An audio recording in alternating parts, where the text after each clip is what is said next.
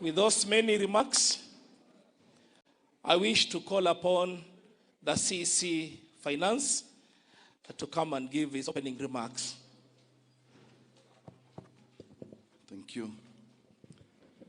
Our CS, FCPA Mbadi, our Governor, Daktari FCPA Baraza, our civil society members, members of the County Assembly, and the wakaaji wa Kakamega. Hamjambo. Hello. Habari za asubuhi. Mko na furaha ya mkutano? Asante. Karibuni tena.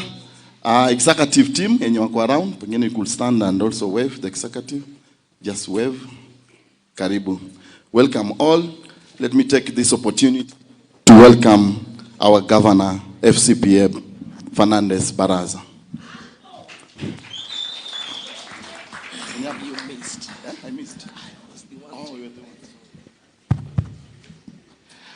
Thank you very much. Welcome His Excellency Governor Fernandez, Dr. Fernandez Baraza. Asante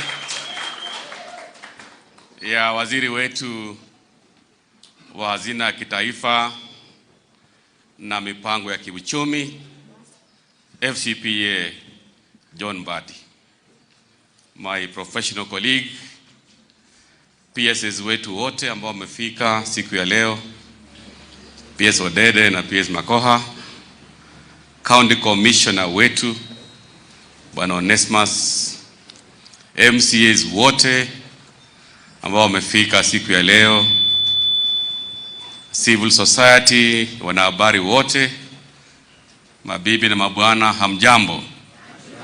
Hamjambo tena. Langu ni kuwakaribisha kwa gatuzi la Kakamega. This is one of the meetings which I was looking forward to. Na kwa sababu leo we want to give an opportunity to wananchi, I think it's best kusikia maoni ya wananchi kwanza, then I'll come and respond to some of the issues before I invite the CS. So the MC, let's give an opportunity kusikiza maoni kutoka kwa wananchi, but mjisikie mko nyumbani. This is the headquarters of Mutembei Nation. Karibuni sana na Mungu awabariki. Thank you. Let's clap for the governor once again. Thank you. At this point, I would also like to recognize the presence of the national government. I will invite the CC to introduce his team and welcome us to Kakamega. CC, karibu. Let's clap for him.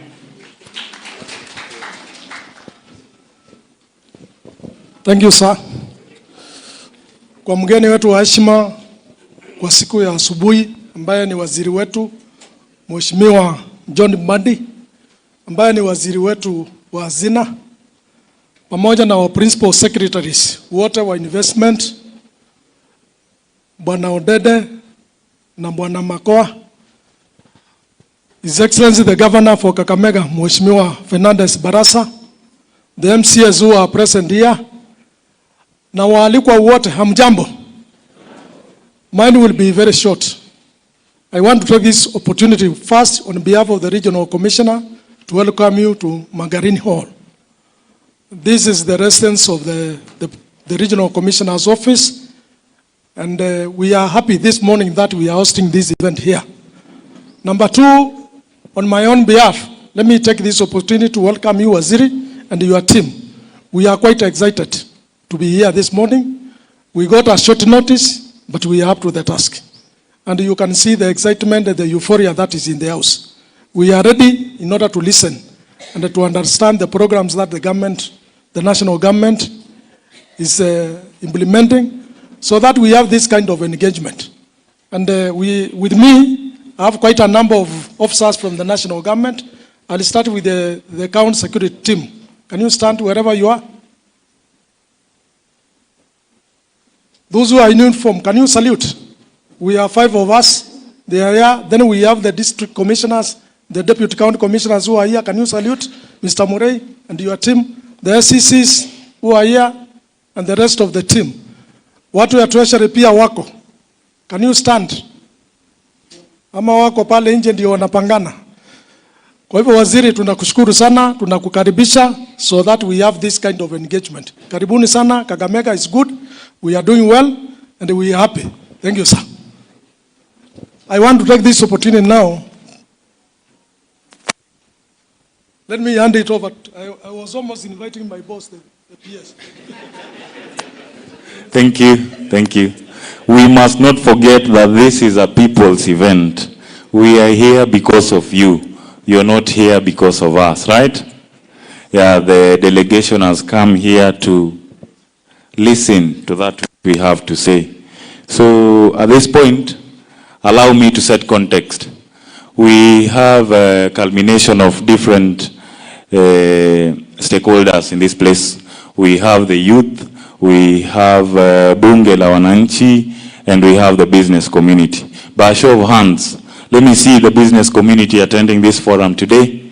The business community, nice. Make sure our voices are heard before the end of the event. Youths, vijana power. Thank you. Bunge, kuna bunge la kina mama, kuna bunge la wananchi. Bunge. Nice. Thank you. So, allow me to start from students. Friends, we have students across Kakamega County. I think the largest is Masinde Muliro.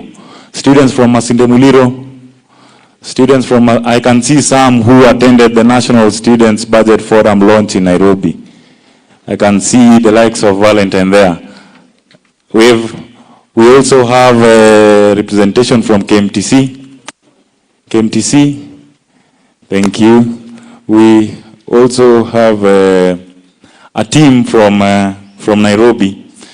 The National Treasury, led by the CS, included, or rather took serious, the initiative to include the voices of the youth in fiscal planning. And for that reason, a committee was formed that was tasked to make sure that the voices of the youth are heard. This is the National Students Budget Forum.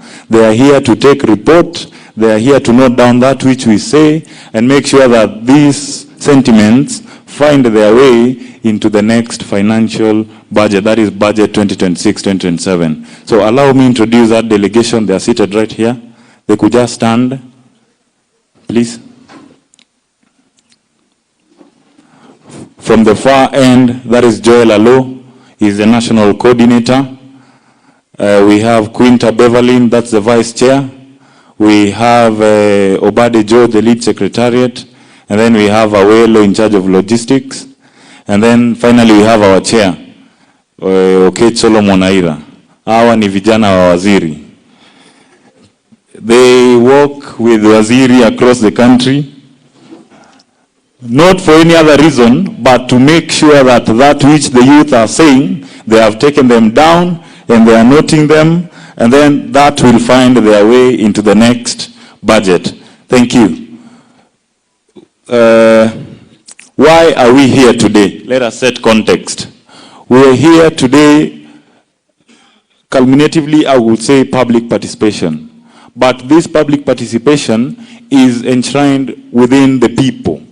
Sovereignty, if you read the Constitution of Kenya, that is the most important article in that book.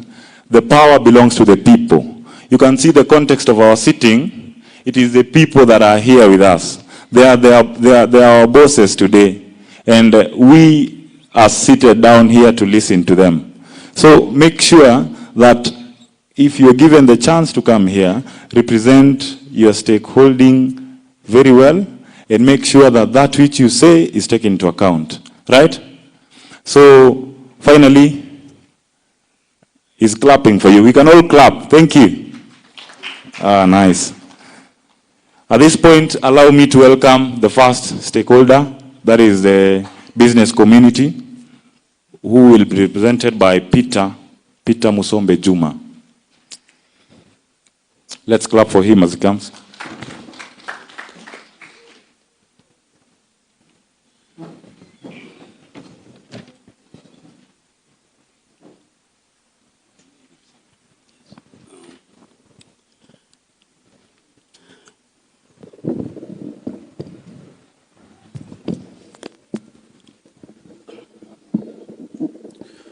Waziri C.S. Mbadi and our beloved governor, allow me to write on already established protocols.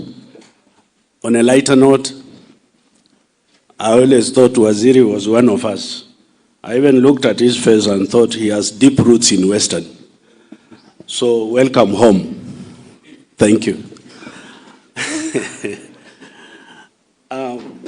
You know, Mbadi is our name. It's a Western name here. I am Peter Musombe Juma. I represent the business community via the Kenya National Chamber of Commerce. I'm a director there, and fortunately I'm also in charge of HR and advocacy. I'd like to make a few comments because I know the schedule is very tight. The business community supports fiscal and revenue mobilization, but urges that the proposed budget be implemented in a manner that protects enterprise growth, jobs, and investment, especially for SMEs, usually in areas of productive sectors. On matters of taxation and compliance, the business community position that we support fair taxation and digital compliance led by the Kenya Revenue Authority, but we request a first implementation of new compliance requirements and withholding measures. I think they need to be more capacity building because you cannot begin to delegate where you have not built capacity. So our ask is very simple, that we simplify e-teams, compliance for the SMEs. We avoid retrospective enforcement and punitive penalties during transition periods. That is what we are gently asking. In terms of investment and incentives, we welcome incentives such as investment allowance and preferential tax regimes, and we support Kenya's positioning as a regional financial investment hub through the Nairobi International Finance Center. Our ask is to expand access to initiatives beyond large firms to include scalable SMEs, and ensure clarity and predictivity of incentive qualification criteria. I want to repeat there that we need to ensure clarity and a more predictable way of incentive and qualification criteria.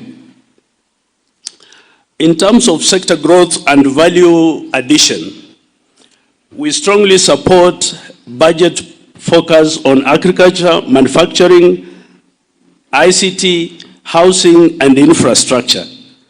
But we would like to prioritize policies that promote local value addition and exports.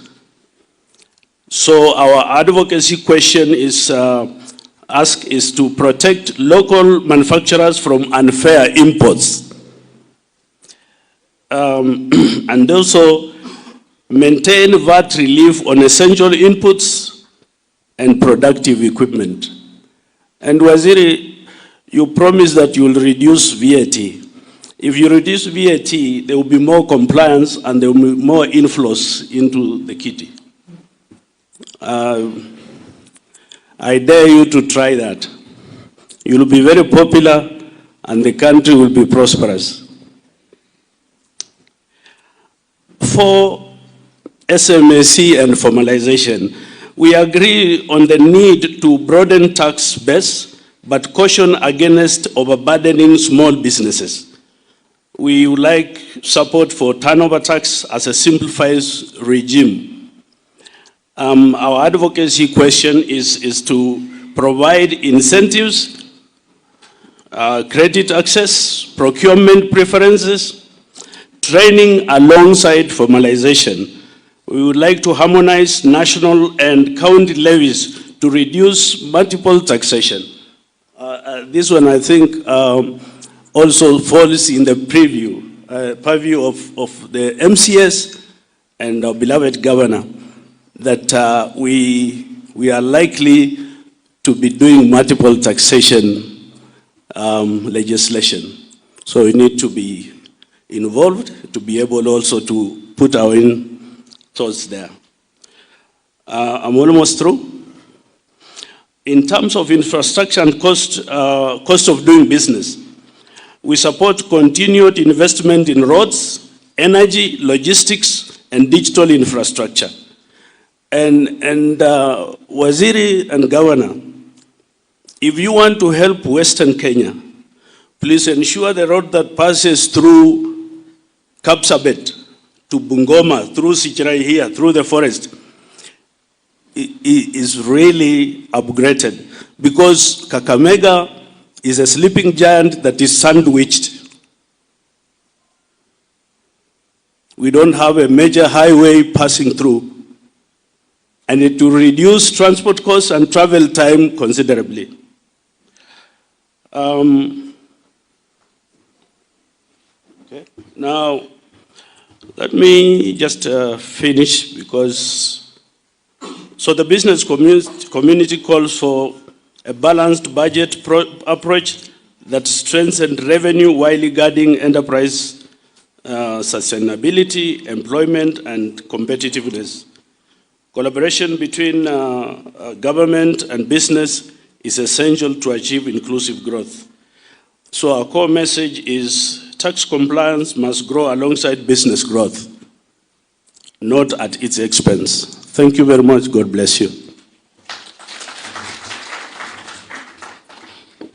Thank you. Peter said that he is daring Waziri so that he becomes popular. If you know John Mbadi, say amen. If you know John Mbadi, say amen. Peter Waziri is very popular. And Kenya is also on course to be prosperous. And because Waziri is the brainchild behind realization of Kenya into a first world country. Let's clap for that wisdom. Thank you. I'll also welcome Penina Biketi, representation from Bunge la Wamama, Mashinani. Hatumpigi makofi jamani mama. Karibu sana Penina Biketi.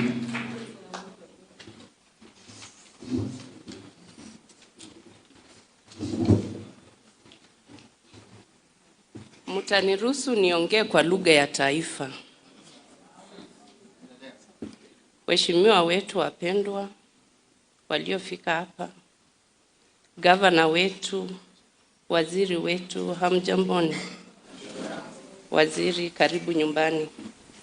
Kakamega ni Mlembe Nation na tunapenda wageni. So just feel at home. Mitaenda kwa maswali yangu ama mapendekezo concerning the budget of local women ama mashinani women. Tunapata mostly sana wale wenye wako town always benefit, lakini wamama wa mashinani wamebaki hohehahe, hawana mtu wa kumsupport. So tunaomba serikali, wakati you are allocating the budget, mkifanya budget yenu, ongeza pesa kwa women empowerment ili ifikie the local mama hapo chini au pia wainuke. The second one, After kuongeza hiyo pesa kwa huyo mama, sisi wa mama ndio tunashikilia boma. Tunahitaji maji. Kwa budget yenu mnapo allocate, hakikisha maji imefikia huyo local mama. Isimgharimu muda mwingi anaenda kutafuta maji instead ya kuja kufanya biashara yake. Ya tatu, tuko na agenda.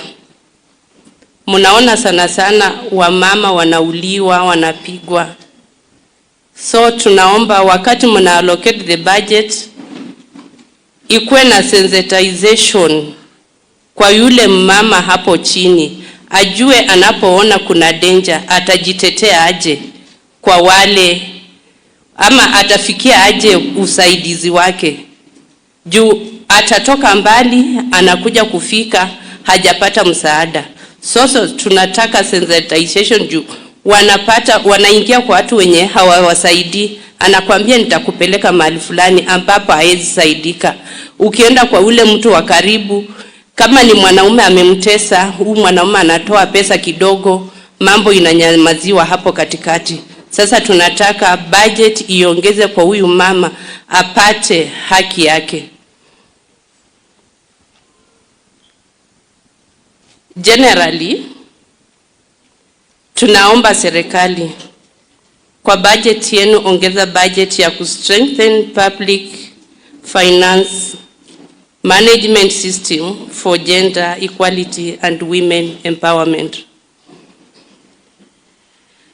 Nitauliza swali about Safaricom privatization. Mimi kama mama huwa natumia Safaricom always. Sasa tukisikia sijui kama ni rumors ama iko, we don't know. The waziri ndio to elaborate. How are we sure kwamba wamama tunaotumia Safaricom ikikuwa privatized tutakuwa na ile access ya kupata pesa zetu hazitapotea? We want to be sure kwamba hiyo the company will continue kusaidia huyo mama, juu hiyo ndio tu njia moja ya make transaction mostly. Then ya mwisho kuna pipeline privatization pia. Sisi watu tunatumia pikipiki, tunatumia tuk-tuk. Wakati mnasema inakuwa ya kibinafsi, how are we sure kwamba ile ushuru haitapanda juu? Sisi tushindwe hata hiyo fare ya kufika, kama ni sokoni tuchukue mboga, ama tufike mahali penye tunasaidi tupeleke maoni yetu. Hayo ndio maswali yetu. Penina Biketi, bunge la mwananchi. Asanteni.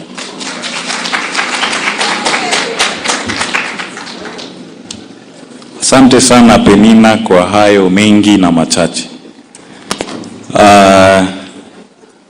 John Were is also a representation from bunge la wananchi. Welcome.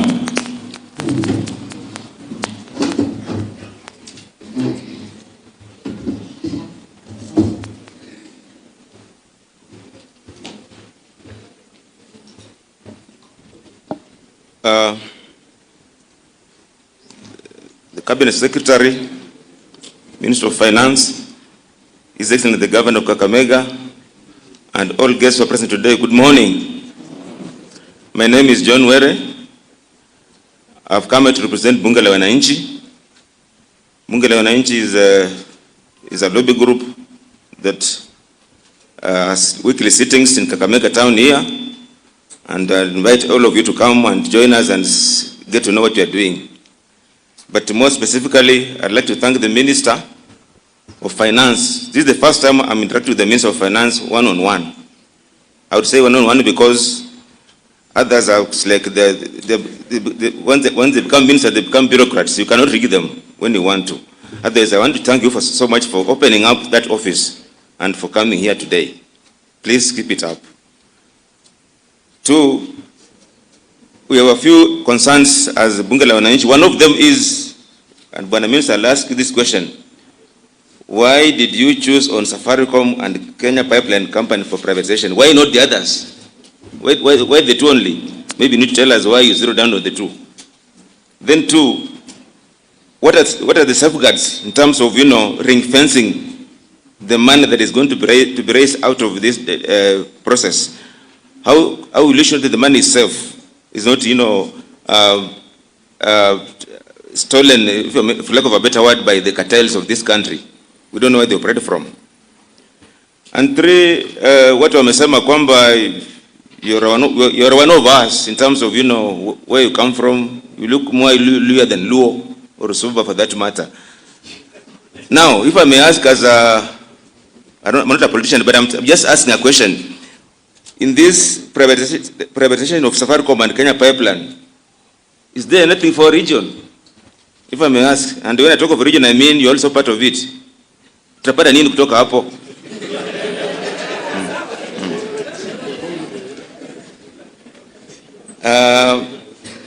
Let me talk about the budget. Let's want to make a few comments about the budget. Bwana Waziri, nakusi, kuna kitu kimoja wananchi waliuliza. Why don't we consolidate these bursary funds into one so that they can benefit all wananchi equally instead of having different, you have maybe nyota, CDF, and why don't you bring them together so that we run them as one, as a separate entity, so that all of us benefit from it? And then, Bwana Minister, there was a time you wanted to reduce, you're talking about reducing the allowances of members of parliament. I know you're no longer there. We as Bunge la Wananchi feel that, MPs are paid to do their work, oversight, legislation and all that, but you still pay them allowances for sitting in the parliament. What do you do with those allowances so that money can help us to do these projects? That's just a request which I'm sure you can work on it.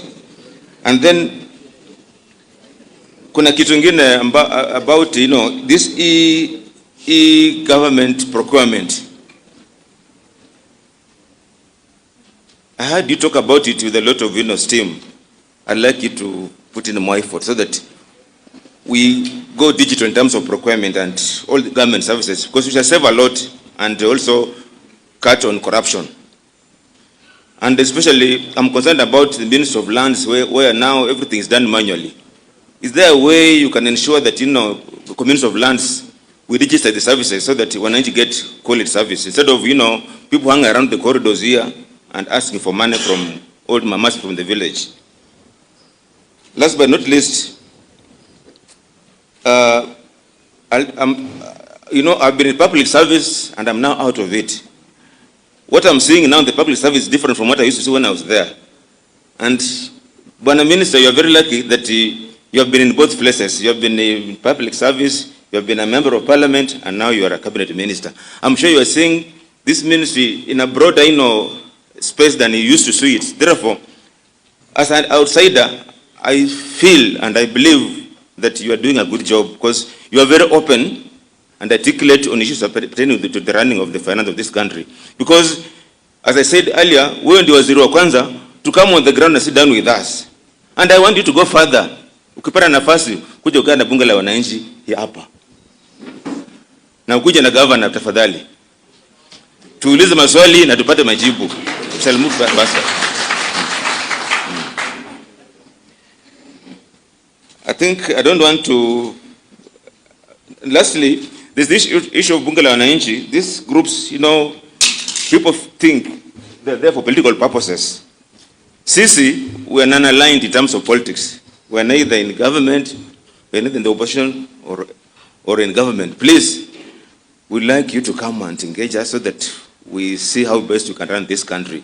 But I can tell you for free, you are in the right trajectory. Thank you so much. May God bless you.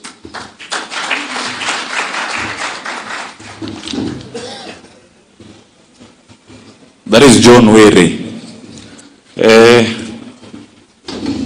John, the hottest corners of hell are reserved for political neutralists.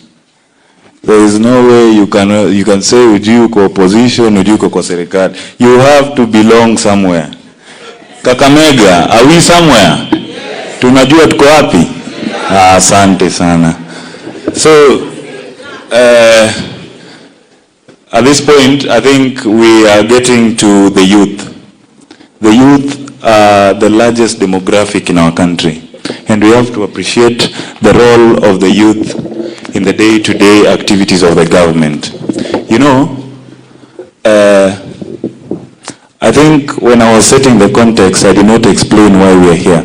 We are here to speak on privatization and budget 2026-2027.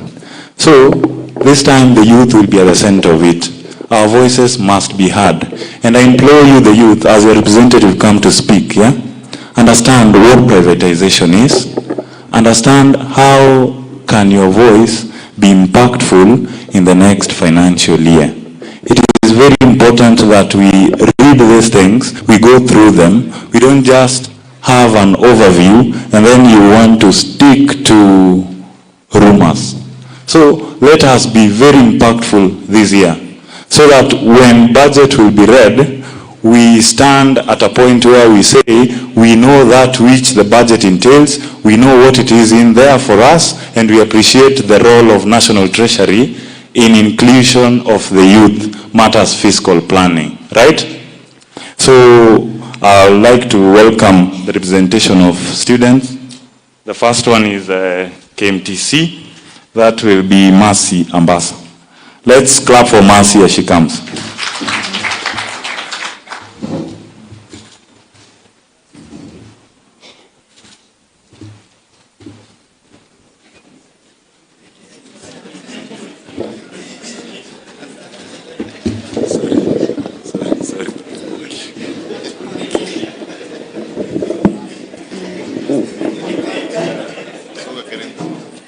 Cabinet Secretary Mbadi and Dr. Baraza, our governor, all protocol observed, good morning.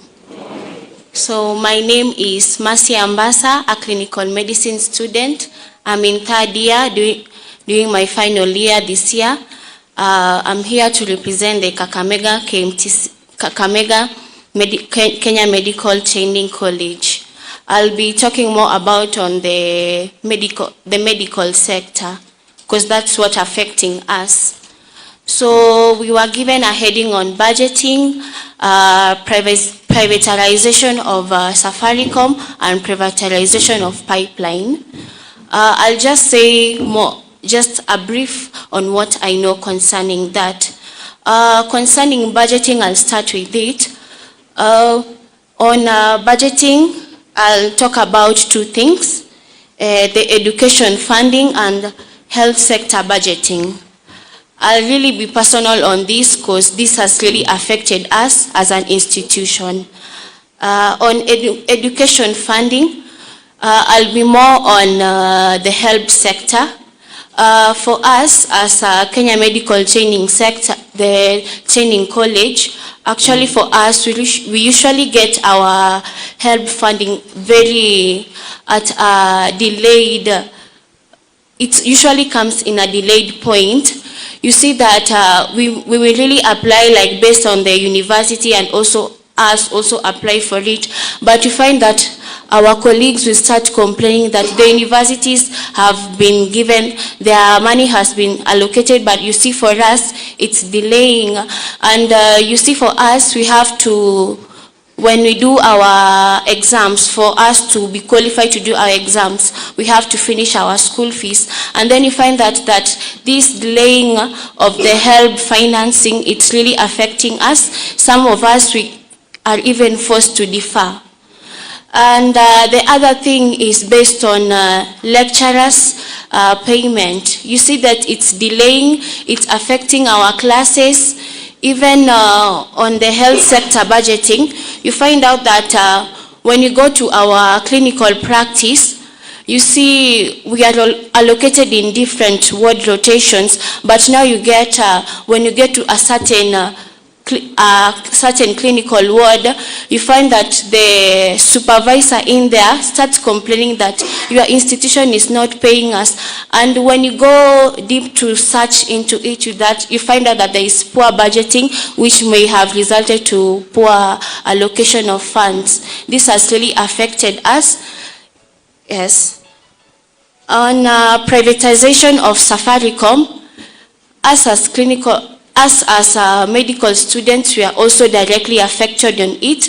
You find most of our classes are online, and we are really concerned about that. You see, sometimes the Wi-Fi of the school is not that really effective, so you have to find that I have to buy my own, but I have to fund for my own bundles, which really affect us. So we are really questioning, will this privatization of Safaricom affect our online classes? Will it cause a disruption on it?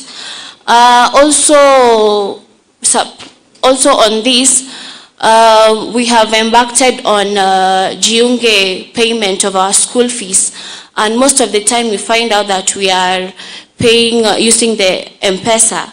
Will it affect our transaction cost? That is really of a concern, because as of Comrade, we are also concerned of the transaction cost.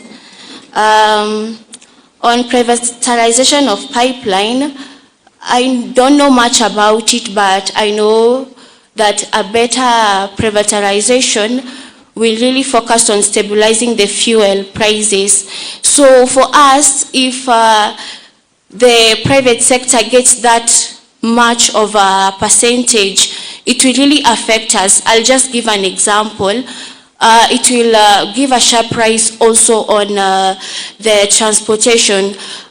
You see, for us, last year I was supposed to go, the clinical medicine department, we are supposed to go for our attachment, but it became like a burden for us, because now the school say that we cannot be able to fund for that transport because of the fuel pricing. So all of us were supposed to do that cost burden. We had to, like for me, I was to go to Ahero. I had to travel by myself with all the goods that all the luggages that I'm supposed to carry, and it was really expensive. So I was just requesting be considerate on that. Yes, and that is all. Thank you so much. Thank you, Mercy. We have representative from Sigale National Polytechnic, Wilberforce Mahi.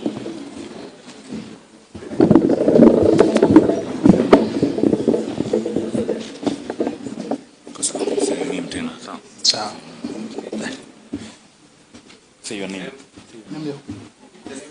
Your name. That one attack. Your name. Oh, my name. Okay. To our Cabinet Secretary Finance, our able governor, the National Security Council around, MCAs and all leaders, good morning. I go by the name Wilberforce Mali, the President, Sigalagala National Polytechnic. And through your order, Mr. CS, before I speak, I will wish all the students around to stand so that they can be recognized. All the student leaders to stand up.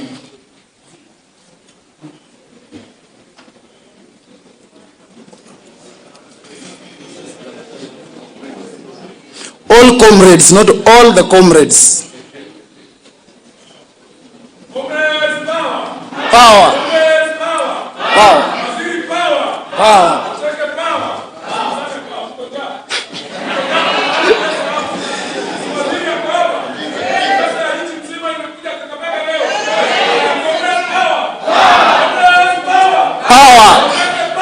Power! Power!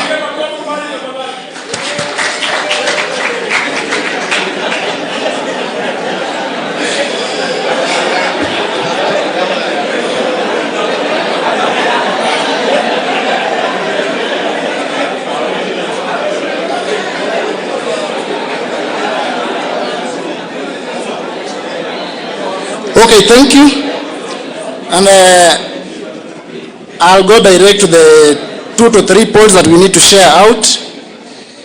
On the issue of the budget, allocation and budgeting of this country, to our able Waziri, from the students, we beseech that at least we have an additional funds to the education sector, because that is where most of the youths are.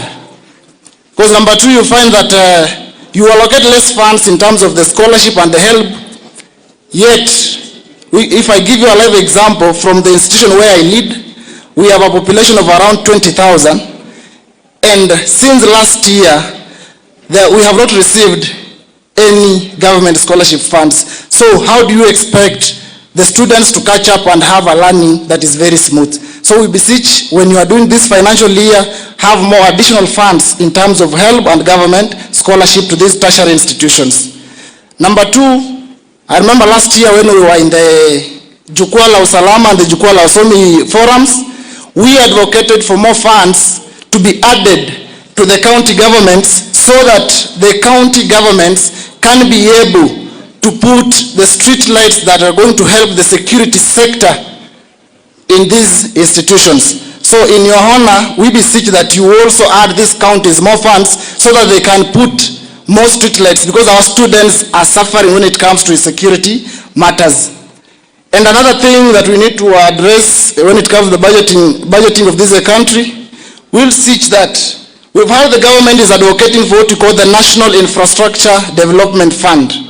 And it has stated categorically that these funds are going to help in developing some of the roads and other, be it affordable markets and affordable hostels. So we also beseech that we will fast track the process so that these institutions can be able to get the hostels that can accommodate these students, because some of the students are coming from poor backgrounds that cannot sustain to pay the rent within the due course. Another thing, we are talking about the youth inclusion when it comes to more funds allocation in terms of SMEs or the youth groups, because you'll find that when you are allocating funds in terms of the SMEs, most of the funds are taken to the old generations, but the youth who are taking 80% of the population of this country are denied a chance to get these funds, because when you apply, you are told we need a company that is working for more than 3 years. Where are these people getting these funds so that they can have this company to run? So we beseech you, please add more inclusion in this youth, give more funds when it comes to the SMEs, and then we will be very much appreciative. On the issue of the privatization of the Safaricom and the pipeline, we beseech that at least we have a strategic assets protection, so that as we are privatizing these assets, can we have a clear protection on the assets, not just privatizing without a clear protection.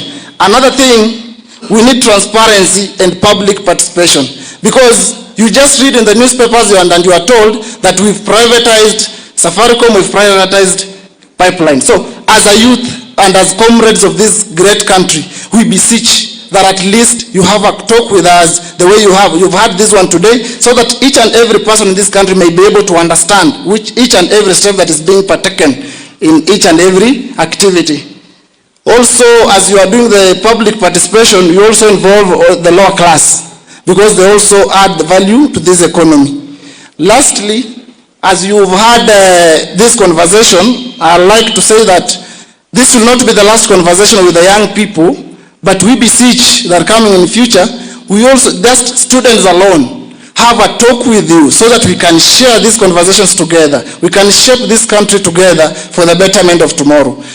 As I've said, I'm Malul Bafos, I do water engineering waziri, and I'm almost to finish my academics.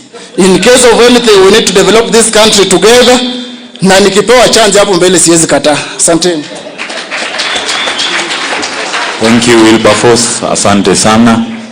Lastly, now I'll take one representative from the university, that is Masinde Muliro, University of Science and Technology. I'll welcome Valentine Obado to speak on behalf of them. Valentine Obado, quickly.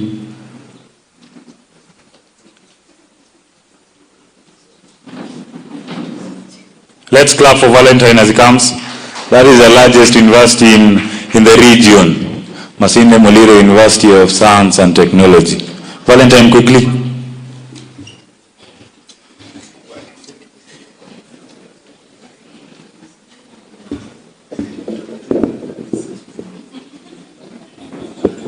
$1 million, $2 million, testing microphone, 1 million.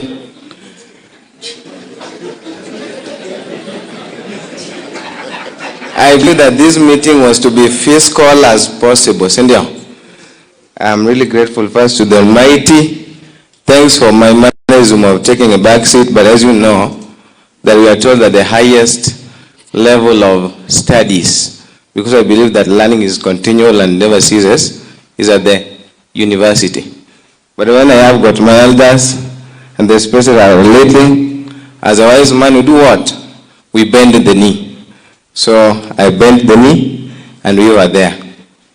Waziri, by your permission, I know time is of much essence and we don't have much. I would plead with you. I would plead with you humbly, together with the audience, that I invite one member to take around 3 minutes so that we can sum it up, because this is also the summit of studies. Kindly, if you allow me. Yes, so down.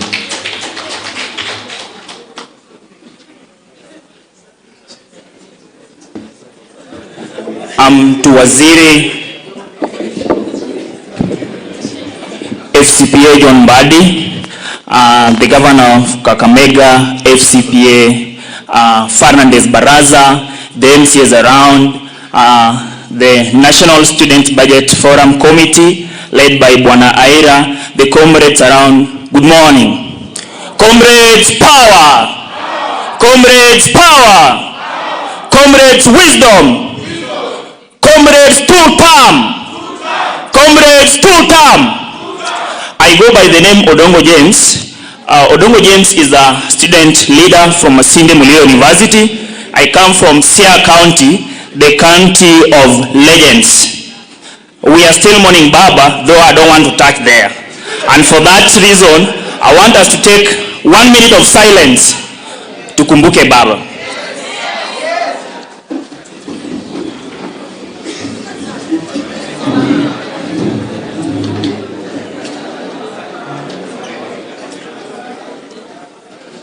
Thank you so much.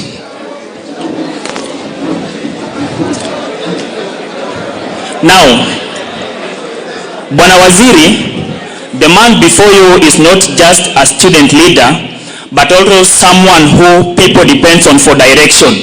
As I stand here, most of these comrades here in Western as a whole, they refer to me as the chairman. From our small home, that is the Luo, all the leaders in Masinde Muliro University, Alope University, Kibabi University, Sigalagala Polytechnic,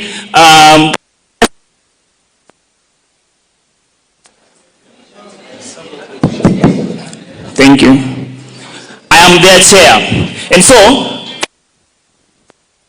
meet Waziri, but they could not get a chance because the chances were limited. But believe you me, outside there we have so many comrades who are disciplined. They are not just comrades, but disciplined comrades. And they want to have a chat with you. So even as we talk about the budget and the privatization, we want to let you know that so many comrades wanted to come here. That brings me to this point, that the national committee is not just enough. We need to narrow it down to the county level, so that in all the 47 counties, we have a representative who can reach comrades in their respective counties. Clap for me, comrades. Why am I saying this? Because whatever we are discussing here, after this, there is need for us to share this information. Me alone as Odongo, I'm in most, and perhaps I may be the only student who is coming from Siaya County here. And so if I am to share with the comrades whatever we have discussed today, only the people who can access my social media platforms or even my personal number will get this information. But now if you can narrow it down so that we also have committees in our 47 counties, then it can be more productive. And that will enable the youths, not just comrades, but the youths back in the villages to know matters fiscal planning. Number two, on behalf of the comrades, juzi hapa rais amekuwa akizindua hii program ya Nyota, and the target audience are people who did not make it to the university. We have many comrades who have been graduating, but then after graduation they end up being jobless. How I wish that the government can consider to give the graduates a grant. Immediately we graduate, we can qualify to get a grant of maybe 20,000, because I believe someone who has been educated is someone who has skills, and therefore when given resources, he can do something. I'm not saying that to underrate those who did not make it to the university or colleges, but I'm saying that to help the government, because we are forgetting, or rather we are leaving people who have skills. Last but not least, Bwana Waziri na Bwana Governor, hapa iko comrades wengi sana na wamekuja kuwasalimia. So on the behalf of comrades who are here, I kindly request that tukimaliza na waomba muangalie na macho mazuri jameni. Asanteni sana, Mungu awabariki.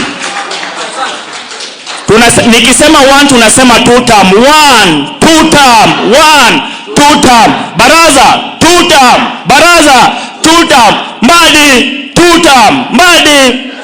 Na RUTO je? RUTO je? Asanteni sana. Thank you. I believe it was in order because that is Kerodongo, not the President of the Republic, but Kerodongo in Western Fraternity or Caucus. Now you know. Yes, I was told about the power of silence, and I want to wrap it up. I believe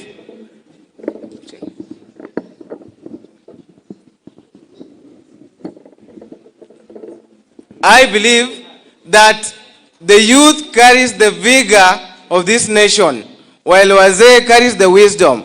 So Wazee wisdom. Wazee wisdom. You hear they have wisdom but no vigor. Now I want to hear it from the youth. Comrades, power! Comrades, power! Comrades, viva! Thank you to the CS Treasury, to the Governor, Dr. Fernandez, to all the dignitaries, to Bunge la Wananchi, and the greatest of all powers after the power of God, the comrades. Good morning. I am Mbadi Daniel Valentine, and as I told you, Waziri, that the epitome of everything in the youth sector is the university. As you have seen what had just happened, that tells you that even if it is on politics and everything, it's in the university. But let me not be ignorant about the topic of today, which was privatization of Safaricom and pipeline companies together with the budget. Now, what I want to say is this.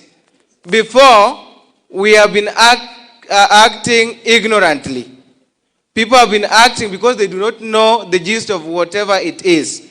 As we speak, the government is planning to sell 15% of its shares, which around is 6 billion. I'm not an economic student, but I've got a test for such things. I'm a medical student. But what am I trying to say? If at 15 we are going to get a whooping 240 billion, that is going to help tackle the very detrimental services that we need without raising taxes or borrowing, then we as the youth of this country, we are in for it.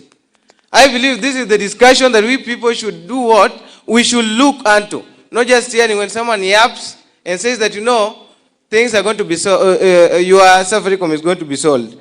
What I'm praying for is that the confidentiality and safety of our data be taken care of, because I know at the end of it all, the government is going to remain with 20% ownership, which is very fair.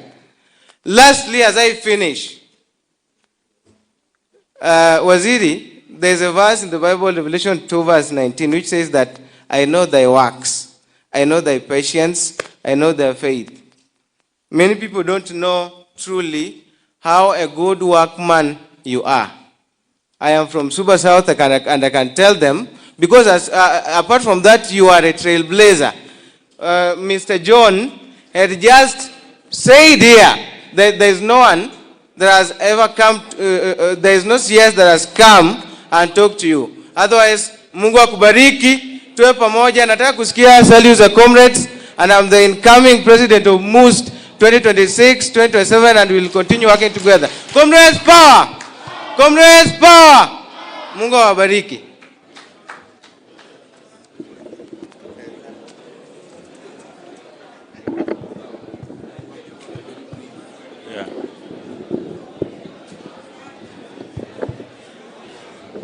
Thank you, Valentine. Governor, that is the incoming president, Masinde Muliro, University of Science and Technology. Silence. Silence. Kakamega hoye. Kakamega hoye. We are going now to the county government. Presentation of the members of the county assembly. I'll start with persons with disability representative. Representative, that is Honorable Kabiti. Please. Honorable Habiti. Ha? Okay, that one. Hatibi. Let's welcome Honorable Hatibi as she comes to speak. Where is she? Oh, we can take the mic to her.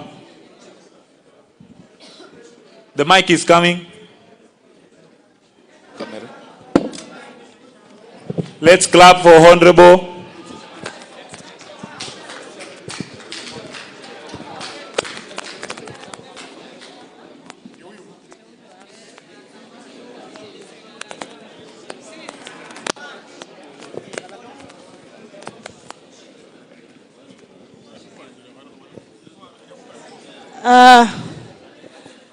Waziri wetu, gavana na wale ambao wameweza kualikwa, habari zenu wote.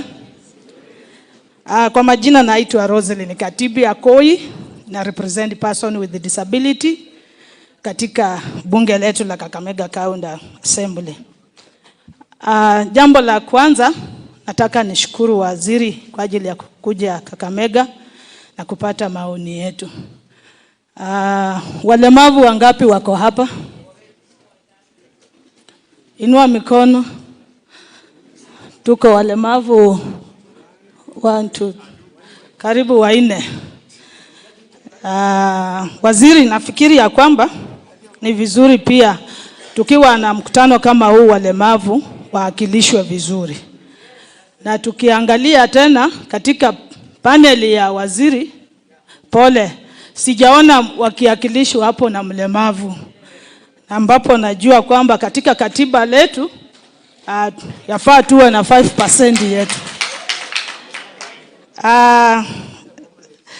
Nataka niko na mambo mawili matatu tu, sina mambo mengi. Nataka niulize, tuko na privatization ni mzuri, lakini ombi langu ni kwamba kama Kakamega County ama katika Western yetu tutapata share gani?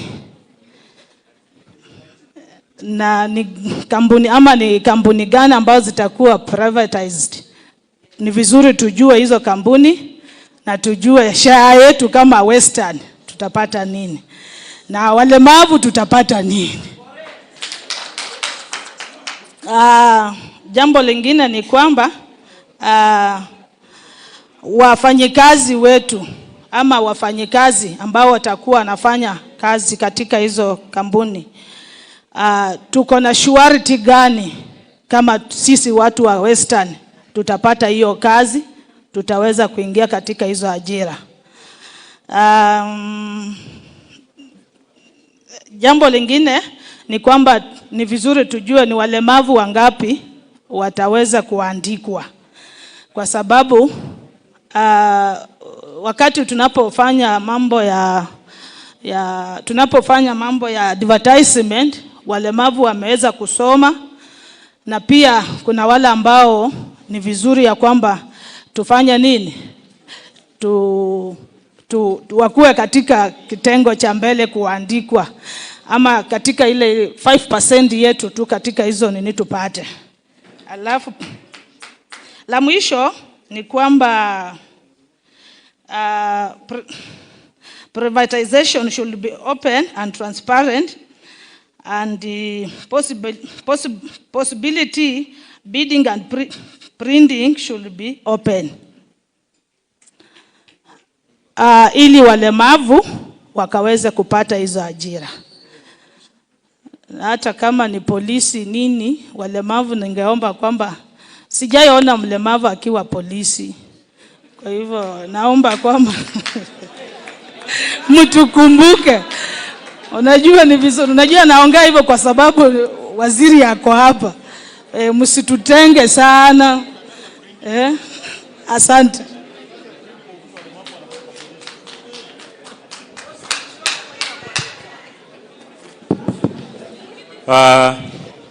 Mheshimiwa Hatibi, Mheshimiwa amesema kuwa anajiuliza ni kwa nini hayuko hapa mbele, lakini waziri ni mwenye fikra na busara, ndio maana alisema lazima uongee, na amesikia yale ambayo umesema. Asante.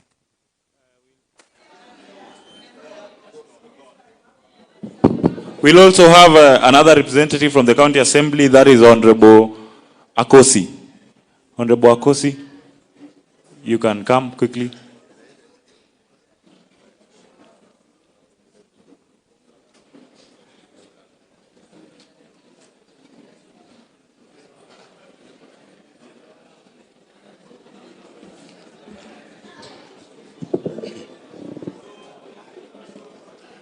Waziri wetu CS Mbadi, Gavana wa jimbo la Kakamega, FCPA Fernandez Baraza, na wananchi wote, Mungu yu mwema kila wakati.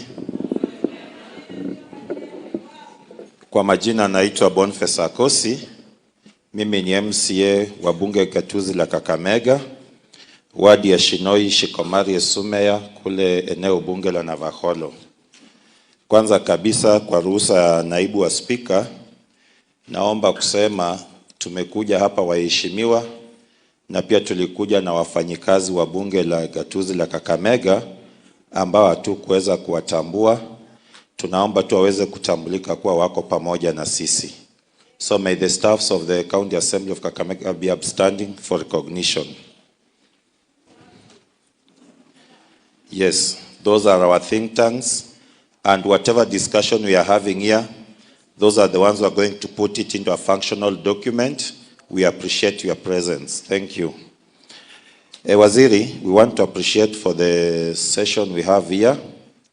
And on behalf of the members of the County Assemblies, one, thank you to have come down to meet us and meet the people of this great county of Kakamega for this very noble conversation. We have two conversations around here. One is on privatization. And the simple question in the House is, are we discussing about the ownership or the efficiency? If we are able to answer that, we will not really struggle on the privatization issue of the two proposed parastatals. If the efficiency, if they are giving the service to the people and Kenyans are benefiting, then we have no problem with it. However, our trouble will be if we privatize, get whatever, offload whatever shares we have, get those funds to the national kitty, then those funds are not put into the proper use, then there will be a problem. So Waziri, we would really want to task you with that.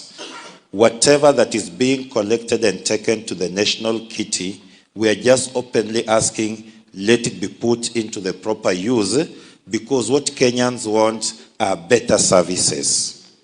And once we get the better services, we will not have any trouble with whatever policies or whatever proposals you are bringing to our end.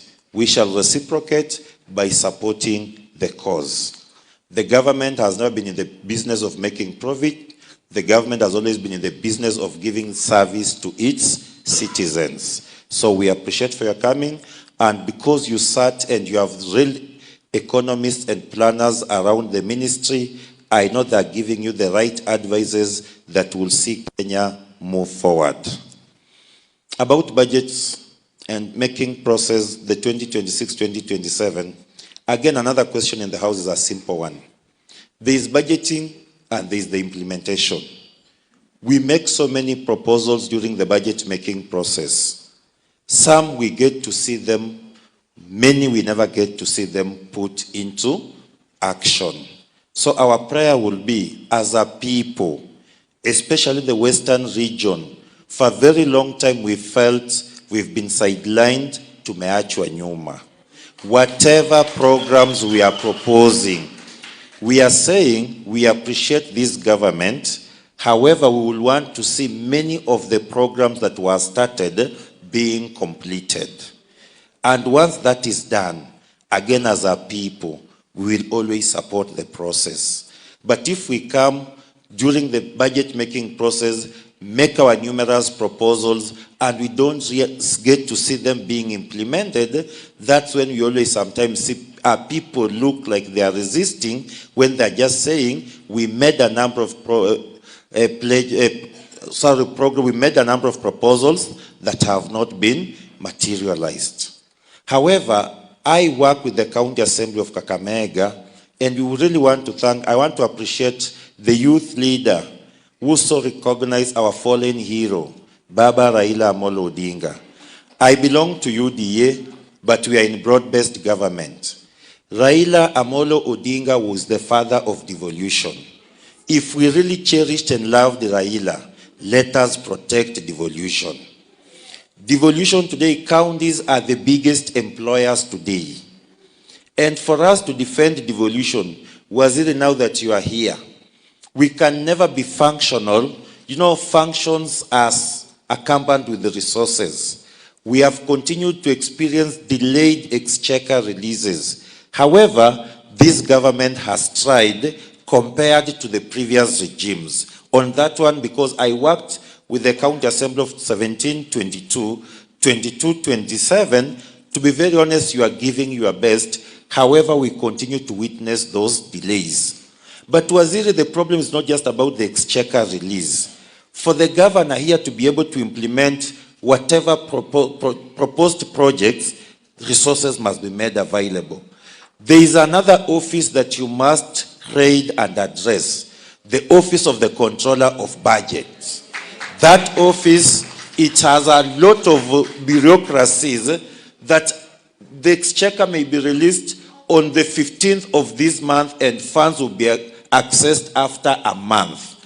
While everybody believes funds are with the counties, funds are still being held in the National Treasury because of the bureaucracies by the Controller of Budget Office. That is a conversation that if we really want to see these governments operate efficiently and smoothly, that must be addressed. And finally, it saddens me to see sometimes when our leaders are just fighting to agree on how much must get to the counties. It saddens me.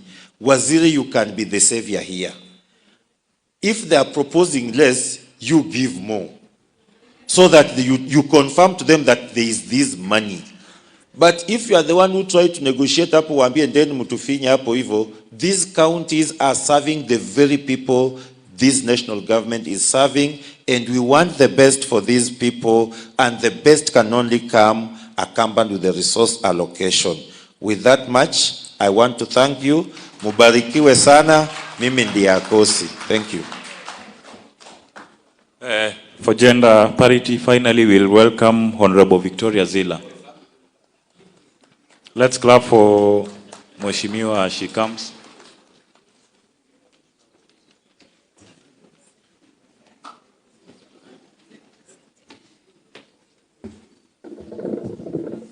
Thank you so much.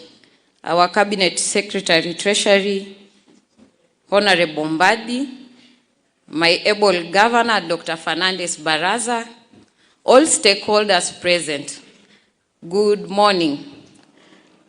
I am Victoria Zila, a member of the County Assembly. The tragedy of speaking last, it's because much or almost everything has been said. However, just to build on what my colleagues have said, on privatization, Bwana Mbadi, I want to use the very simplistic analogy to explain it. I'm a parent and I'm a mother. You assume I have a family, and I know every day I incur expenses. I have to see how well I can be able to manage my family, right? So I'll need to establish funds on how my children can be educated. And maybe I have a kid who has a special need that needs funds to support healthcare, among very many other needs. Sometimes, sitting down and saying, today I'll sell my vehicle, and use the money to finance, it might be difficult. If I don't manage that funds properly, I will still go back to the same problem. Then tomorrow I'll sell my piece of land, and another day I'll sell my investment, and I'll be stuck in that circle because of one thing: poor management of those funding. When we talk today about privatization, we are talking about giving out our investment as a nation to the private sector. The fear is, and what stakeholders contributed here, how well are we ring-fencing these funds? Do we have proper framework to ensure that these funds are well managed and safeguarded so that as a nation we can prosper? How well can we oversight these funds? How secure are these funds? Those are the questions that everybody is asking. Because at the end of the day, we might end up privatizing our national treasure and end up as a nation that has failed to prosper. Bwana Mbadi, as you come here, I'll want you to convince me that it makes sense that if we privatize these funds, we'll be able to prosper as a country. On budgeting, I'll just want to say a few things because much has already been said, especially by my predecessor, Akosi, about the challenges we are having from exchequer release to the control of budget office. I wouldn't wish to repeat that. But as someone who has been in the CSO world for 10 years, a strong advocate of healthcare, Bwana Mbadi, I'm a bit worried. You understand the current situation as a country. We are having our major donors who are exiting. We have USAID, which has closed down, and many other international partners. Truth be told, these partners played a very key role in supporting the healthcare sector, especially for the county governments. Today, my governor here has to work extra hard to ensure he delivers in healthcare. But truth be told, the resources available today are not sufficient. Healthcare is such a huge burden. We have the Ministry of Health at the national government. I would wish to beg, as you do your budgeting next time, prioritize healthcare. We can never thrive with a nation that is not healthy. And I'd also wish to suggest that as they get this funding, let them complement what we are doing at the county level. We are having a serious issue with cancer. Bwana Mbadi, most facilities don't have the capacity to do screening. If we are not able to take care of preventative measures, we have a very huge crisis ahead of us. I'm worried as a mother, how can we ensure that we have maternal death coming down to zero? The county government has funding, yes. We do our best to budget that, but it is not enough. I request that we do we increase on funding towards healthcare so that we can be able to cushion the counties. Number 2, on budgeting, I would appreciate if we also look into infrastructure development. I want to acknowledge and salute your government for the deal of ensuring there's a dual carriage from Nairobi to Rironi, the Nairobi-Rironi Summit. It is very important if we extend that before we go into the next election to the Western region. That is the only way we can open up the market in Western Kenya and opening up to our neighboring countries. Education sector, as much has already been mentioned, it is my prayer that we collapse all funds. There is no point of having too many bursaries. We have Ministry of Education, they have their own funding, we have help. The dream was to ensure we have free education. And how do we get there? Education is the basic equalizer of humanity right now. We are struggling at many levels, but when we make education affordable, we'll be able to have a very productive country. Lastly, Bwana Mbadi, Kakamega County, I was born and raised here. Kakamega County is very strategic. Even our predecessors ensured infrastructure and the governor has expanded on the same. Kakamega County is the second most populous county in Kenya. That means there is a very huge burden of young people who are 74%, and most of them are not employed. I want us to think differently. Most of the time while we do our budgeting, we are not looking at how best do we address these issues. Sending our people abroad might not be able to solve it. Some of us, we are so attached to our motherland, we are not willing to go and work abroad. I appreciate that we have an industrial park in Likuyani. Thank you so much. I appreciate we have an industrial park in Likuyani, whereby the county government is supposed to contribute 50%. A national government produce 50%. I want you to look today at Kakamega County from a very different lens. The sector, industrial sector that exists here majorly is the sugar sector. We had a vision of having a motorcycle plant. We have a vision of ensuring our young people in cottage industries are able to grow and create employment for their peers. It is my prayer that as you do your budgeting next time, let's place Kakamega as a very strategic place that we can develop several industries, and please ensure that way we will be able to turn around the economy of this country. That way we will be able to create employment for these young people. That way we will be able to prosper as a county. And as a member of county assembly, that is one way we can increase our revenue collection.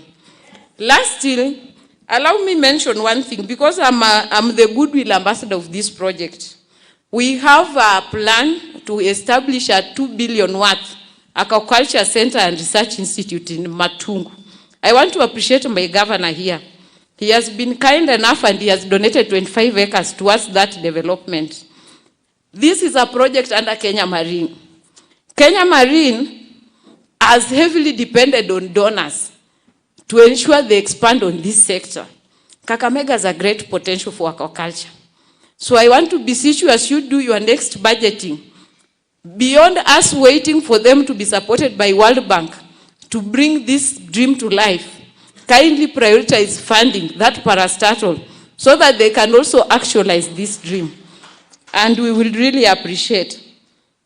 For those very few or very many remarks, thank you so much. Asante. Thank you. At this point, we will first introduce the governor, Kakamega County, Governor Fernandez Baraza, who will answer the first set of questions. Please let's all be upstanding as we welcome Governor.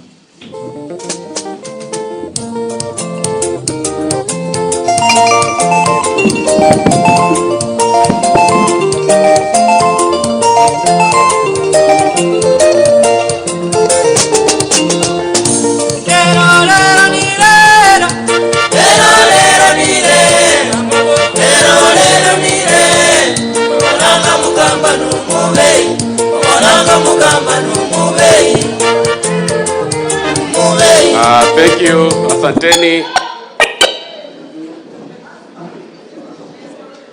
Yeah, first I want to sincerely appreciate all of you for making time to attend this very important session of public participation on matters privatization and the budget for 2026-2027.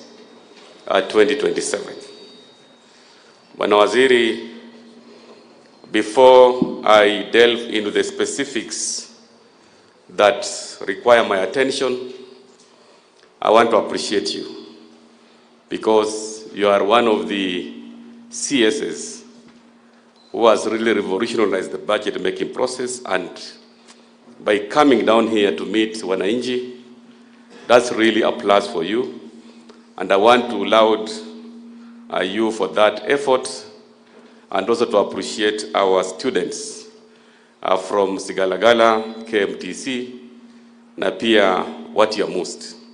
Students, power! Power! Asante. You now have to be compliant. First and foremost, there are many projects we are implementing in this county with the national government, which I'll be failing in my duties if I don't highlight them.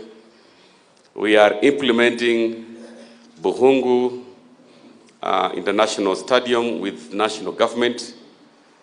So far, the project is ongoing, and we expect by August this year, Buhungu International Stadium will be done. And then, of course, that will enable us to host African Cup of Nations next year.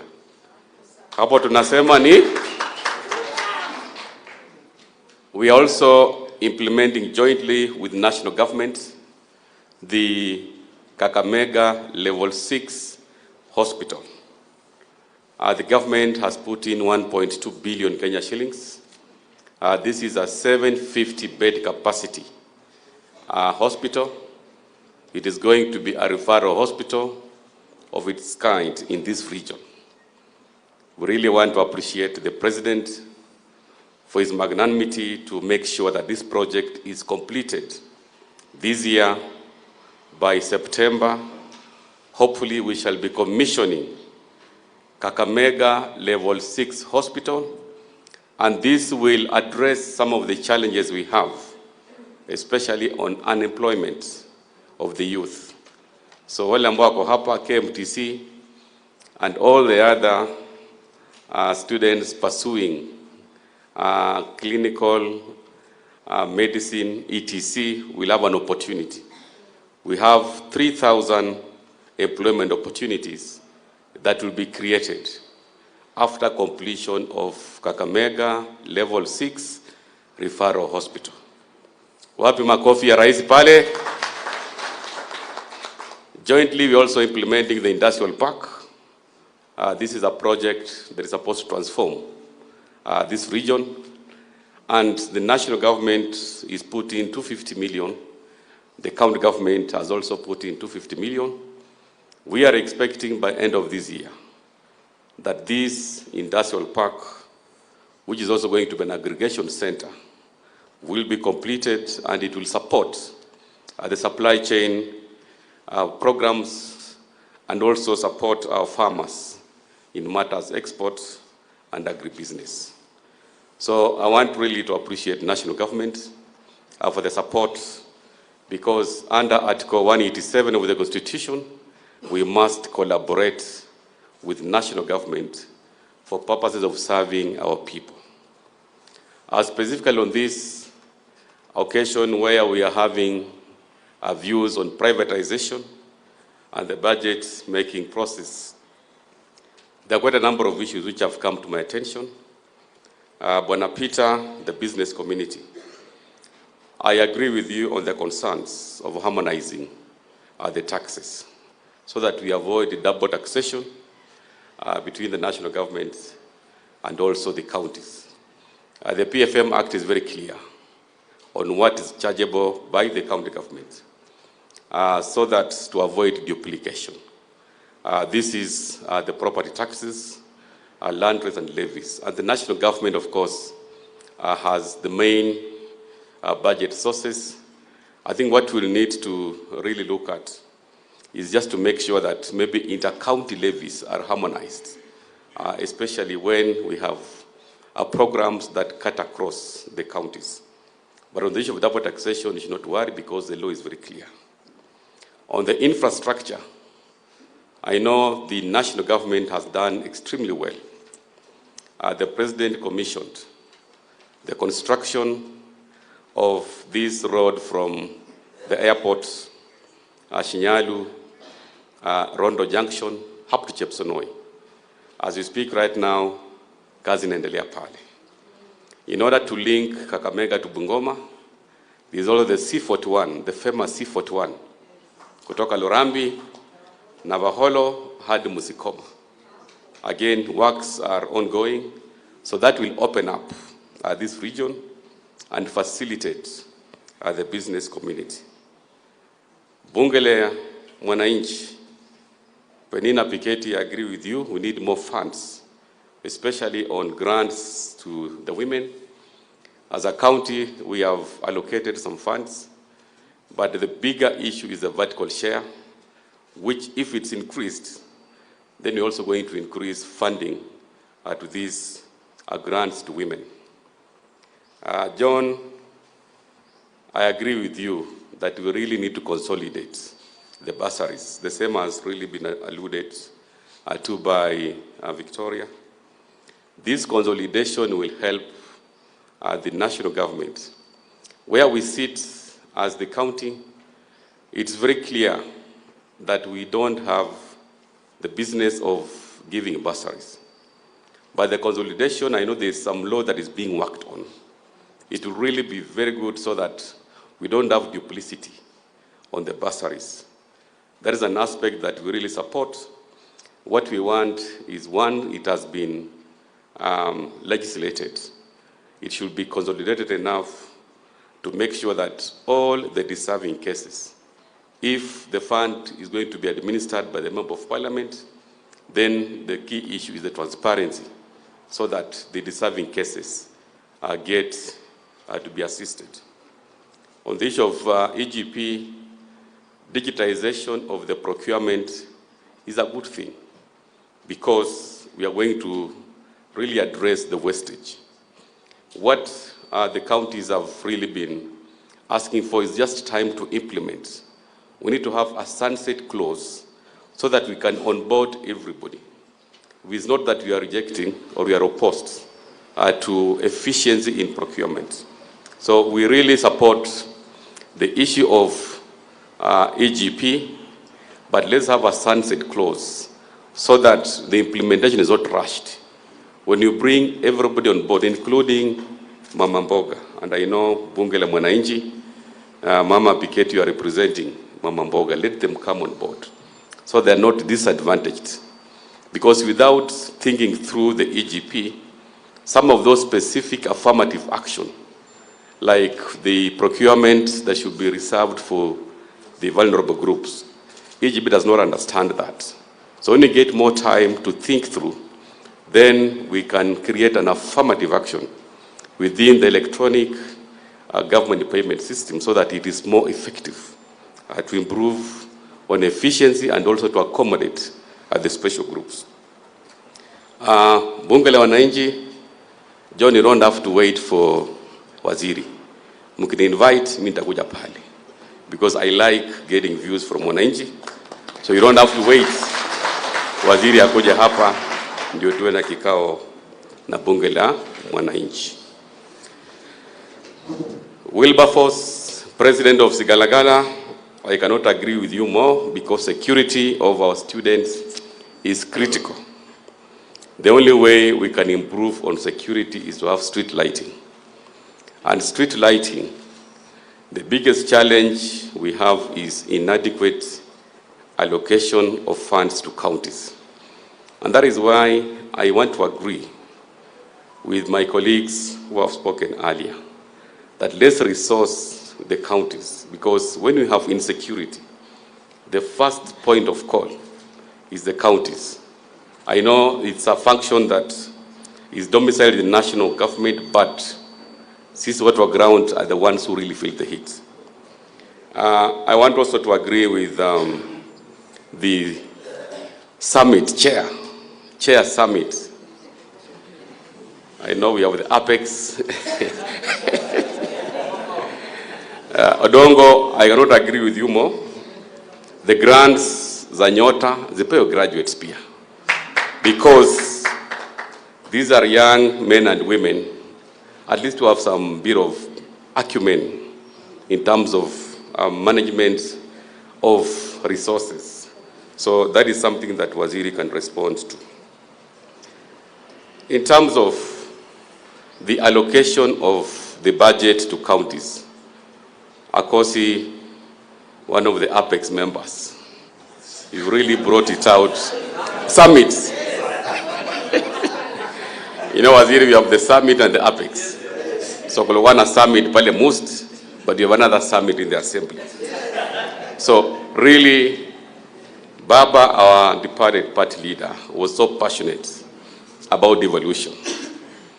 And in the 10-point agenda that was signed by the president, who is the party leader of UDA, and our departed party leader, they really pronounced themselves on supporting devolution, even putting a figure there of a minimum of 450 billion Kenya shillings as being what is adequate to finance counties.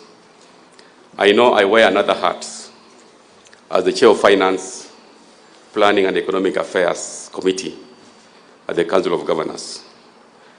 By virtue of that position, Waziri, as we speak right now, we are making comments on the budget policy statement for 26-27, and the 420 billion Kenya shillings that has been proposed is not adequate to fund counties because it is just a paltry increase of 5 billion because you're moving from 415 to 420. So for us to make sure that we really support some of those functions which were unbundled at our 12th summit, let's really think through the budget making process and allocate adequate funds. Healthcare is a devolved function. We agreed that UHC staff will transit to counties and be employed on P&P. And the condition was, let's have a specific allocation of 8.97 billion. If that can be included in the budget for purpose of the equitable share, we'll really agree and support. We also appreciate the adjustment for revenue growth because there are many cost centers that have increased. If you can get the adjustment of 35 billion, that will be very good, as proposed by CRA, because I also have the advantage of getting the proposal from CRA. We have the unbundled and delineated assets and functions of around 65.97 billion. So really, when you look at that aggregation, the 415 being the baseline, not 387, put 65.97 billion for unbundled assets and functions. Add 8.9 for UHC, because you want to absorb the UHC staff from the next financial year. And finally, adjustments for growth of 35. So if you can humbly consider, and you know you are really a friend of devolution. When you were appointed, you were very excited that really we have now gotten a CS who is progressive, an FCPA, and a CS ambaye anaelewa mambo ya mwananchi. Counties will really be happy if you can consider 525 billion Kenya shillings as the vertical share in DORA, and this will really go a long way in enabling us to offer some of those specific requests or asks that have come from the floor. Otherwise, on my behalf and the behalf of the county government of Kakamega, I really want to appreciate you. This is a very progressive program of public participation, and is really going to inform a lot in the final budget policy statement of 2026-2027. Because I have another engagement, Waziri, before I allow the PS for investment to come and make a few remarks, I really want to thank you and thank the national government here, represented by the county commissioner. Our collaboration with the national government is really impacting positively on implementation of programs of national priority. So mimi nakushukuru, and I want to encourage all the participants. Vile waziri ako hapa, even after he has given his remarks, if you still have any burning issue, waziri ako hapa, he will listen to you. Students power. Summit chair, najua muko around 150 here, tumeongea na waziri. so that the transport ya wana summits and the students who are here will be taken care of by myself na waziri. So mimi kwa summit nitapatiana 50,000 Kenya shillings. So Odongo, unajua wewe ndio summit chairman.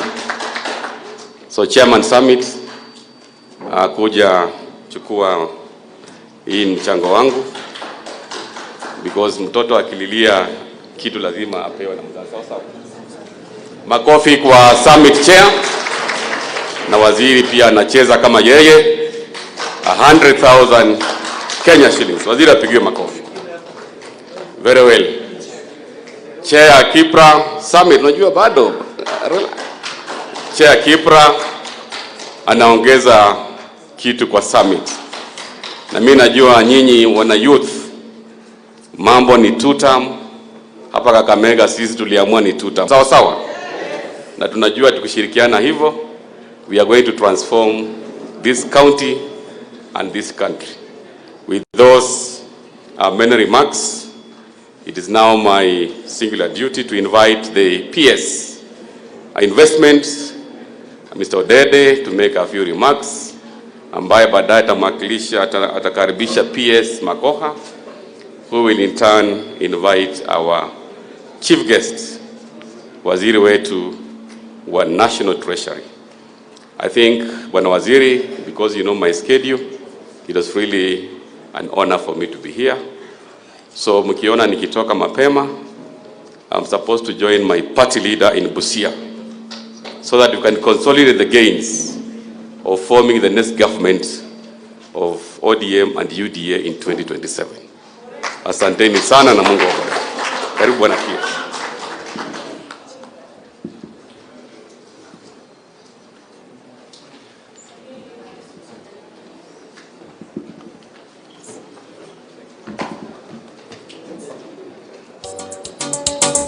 Nipita Roshilo tena na wana Kakamega Kings ndani ya nyumba Julia ukona na shobaba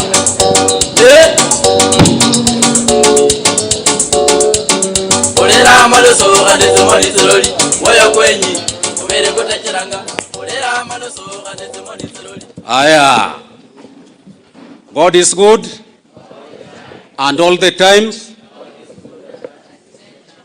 Comrades, power. Where are the comrades? They are all there. Waziri, before I make my comments, let me declare my interest. I'm saying this because, number one, all the things that you are being asked by Kenya Medical Training College, those are the same issues that have been, they always ask me in the house. My spouse is a principal at Kenya Medical Training College, now Nyamira campus. And when I hear what they are asking, that is what they always ask me. Number two, my sister-in-law was born and bred in Kakamega. And she always asks me again, what do you people have for Kakamega? So I was thinking that she's being sent by these people to ask me that question. It is good that today they've asked you that question. So, Cabinet Secretary, who is also my leader, my boss, the Principal Secretary, State Department for Planning at the National Treasury, members of County Assembly and Executive present today, the business community represented, student leaders from various institutions, distinguished members of Bunge la Wananchi na Bunge la Wamama, all invited guests, wananchi wenzangu, ladies and gentlemen, I believe it is still good morning. I take this opportunity again to welcome you all to this regional engagement forum here in Kakamega.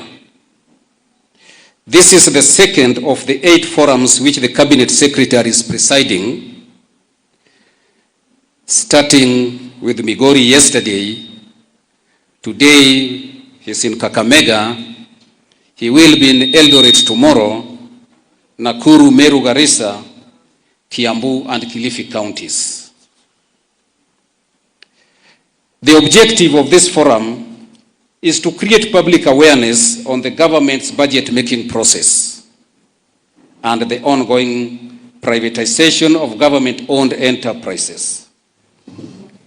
This is in tandem with the Kenya Constitution 2010, which underscores access to information and public participation, and the engagement brings together participants representing various interest groups across our county. During today's forum, you have had opportunity to engage with the team from the National Treasury, headed by Cabinet Secretary, in unpacking the value and place of applying privatization to realize an effective budgetary process for Kenya. Ladies and gentlemen, the aim of privatization is to create ample space for private sector's participation in nation building, while elevating government to the key role of providing enabling policy and regulations. Privatization is also essential in generating revenue for the government without increasing debt or taxation. As you may be aware, the budget-making process starts in August every year, when the Cabinet Secretary, National Treasury, issues circulars to all national government entities outlining the guidelines for preparing the budget. The circulars includes a schedule for budget preparation, including key dates, procedures for the review, and projections of revenue and expenditure, and procedures for public participation. And that is why we are in Kakamega today. I want to assure you that public input is actively sought through consultations, forums, and submissions to ensure that the budget aligns with the priorities of citizens.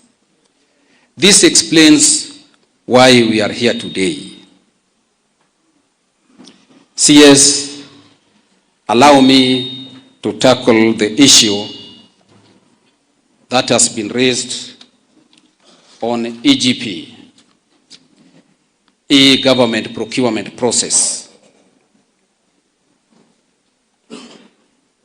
We have embarked on the rollout of electronic government procurement system, known as EGP, to enhance efficiency in the supply chain management. And you know, previously, all the scandals in government starts from procurement. And that is why the CS found it necessary that we bring this matter to a rest. I urge people of Kakamega to register their companies in the EGP system to enable them access government opportunities, especially 30% reserved for women, youth, and persons with disabilities. In the month of February, I've been having discussions with the Kenya National Chamber of Commerce, and the representative is here, so that we can educate the suppliers, because what we are finding out is that the suppliers are making errors so that they are unable to procure anything within the county government or national government.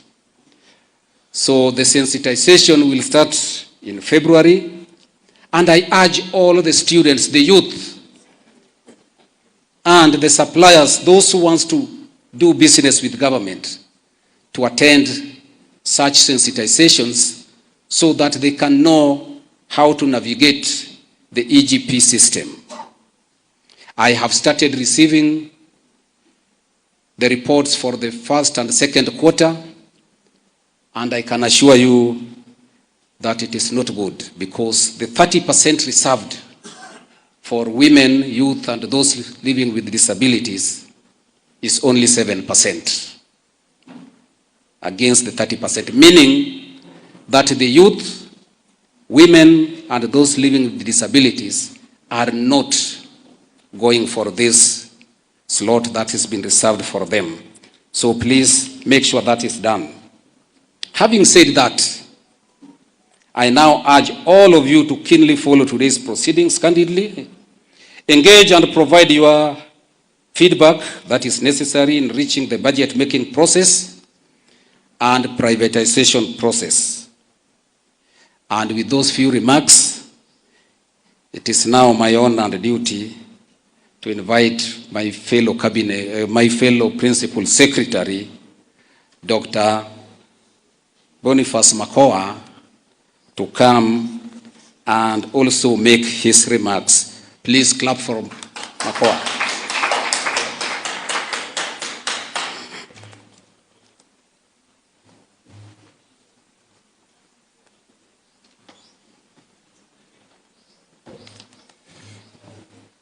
Asante sana, my brother. Waziri, the governor in absentia, together with the county assembly, county executives that are here, bunge la wamama, bunge la wananchi, students, all stakeholders represented here, I greet you, Bwana asifiwe. Good morning. Is it morning or afternoon? It's afternoon. I want to see us before I make my few remarks, if you allow me, just to recognize the chair of KIPRA, who is here with us, Professor Wachana. I don't know whether we have other KIPRA people. Okay, thank you. Yes, KIPRA, thank you. We have several KIPRA staff that have come along, and I'll mention reasons why we brought KIPRA along. I thought it is important for them to participate in this. Number one,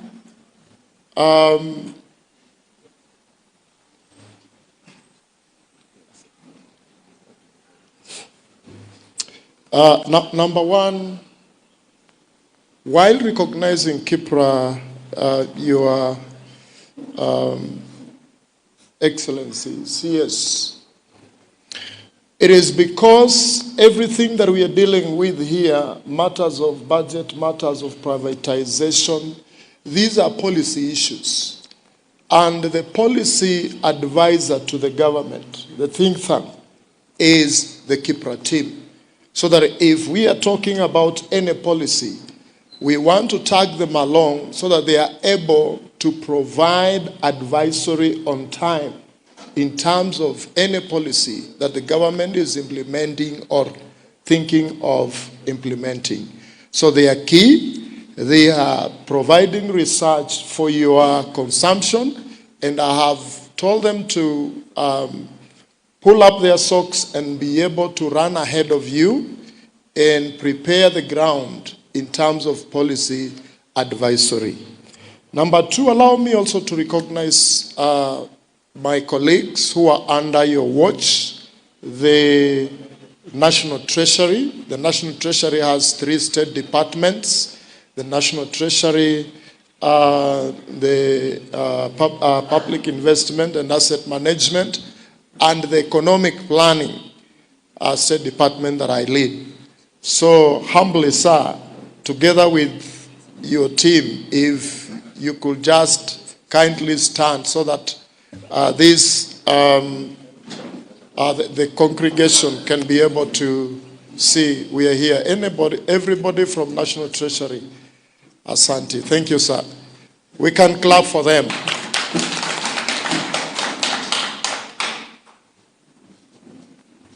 The stakeholders present, as you heard, my name is Boniface Makoha, PS Economic Planning, and I am the son of the soil. I come from this region. I come from Kakamega, Busia. Kakamega, I have interacted with you, not once, not twice, on different occasions. But I am here just to add my voice to what the CS will come and expound on. Number one, in the State Department of Economic Planning, our slogan under the CS is that everything we do must be data-driven, people-focused, and result-oriented. Our part 2 of people-focused, that is why we are here. And as we talk of two things, I have touched on privatization, saying we have Kipra telling us on the policies. I also want to touch on budget. If any budget is bound to fail unless we have a plan, this State Department participates in budgeting processes to ensure that there is fidelity to the plan that we put in place. That anything that is being budgeted for, our staff and the technical team will check against the plan. And the plan I'm talking about is the Vision 2030, which is implemented through MTPs. Right now we are implementing MTP4, which is our 5-year plan as a country, where the CIDPs from the counties fit in. So budgeting as we do it, planning function is key for us to check. Whatever you are proposing for the budgets to be allocated to, was it in the plan? Somebody said, if you don't plan, then you plan to fail. And our team is very strict that those things that we are proposing, as much as they are very good, if we did not include them in the plan, then we put aside to ensure they are included in the MTP plan. Number 2, probably the MTP plan that we are implementing might have not captured so many of the issues that we are raising. At the State Department, we have rolled out a process to do what is called midterm review of this plan. And because this is a very important activity that we would want to have all stakeholders participate in this, together with the CS, we have put in place the engagement roadmap, what we are calling Gumzo la Uchumi Mashinani. This will help us to do a review and also to inform our long-term plan. So we had a question of ensuring that people, representatives are from all the 47 counties. I want to assure you that with the CS we have already put in place the plan to engage all the 47 counties at grassroots to discuss our economic planning and the budgeting issues. So this is an assurance to you. Allow me to read the official remarks very quickly, sir, and then bring you over to speak to your people.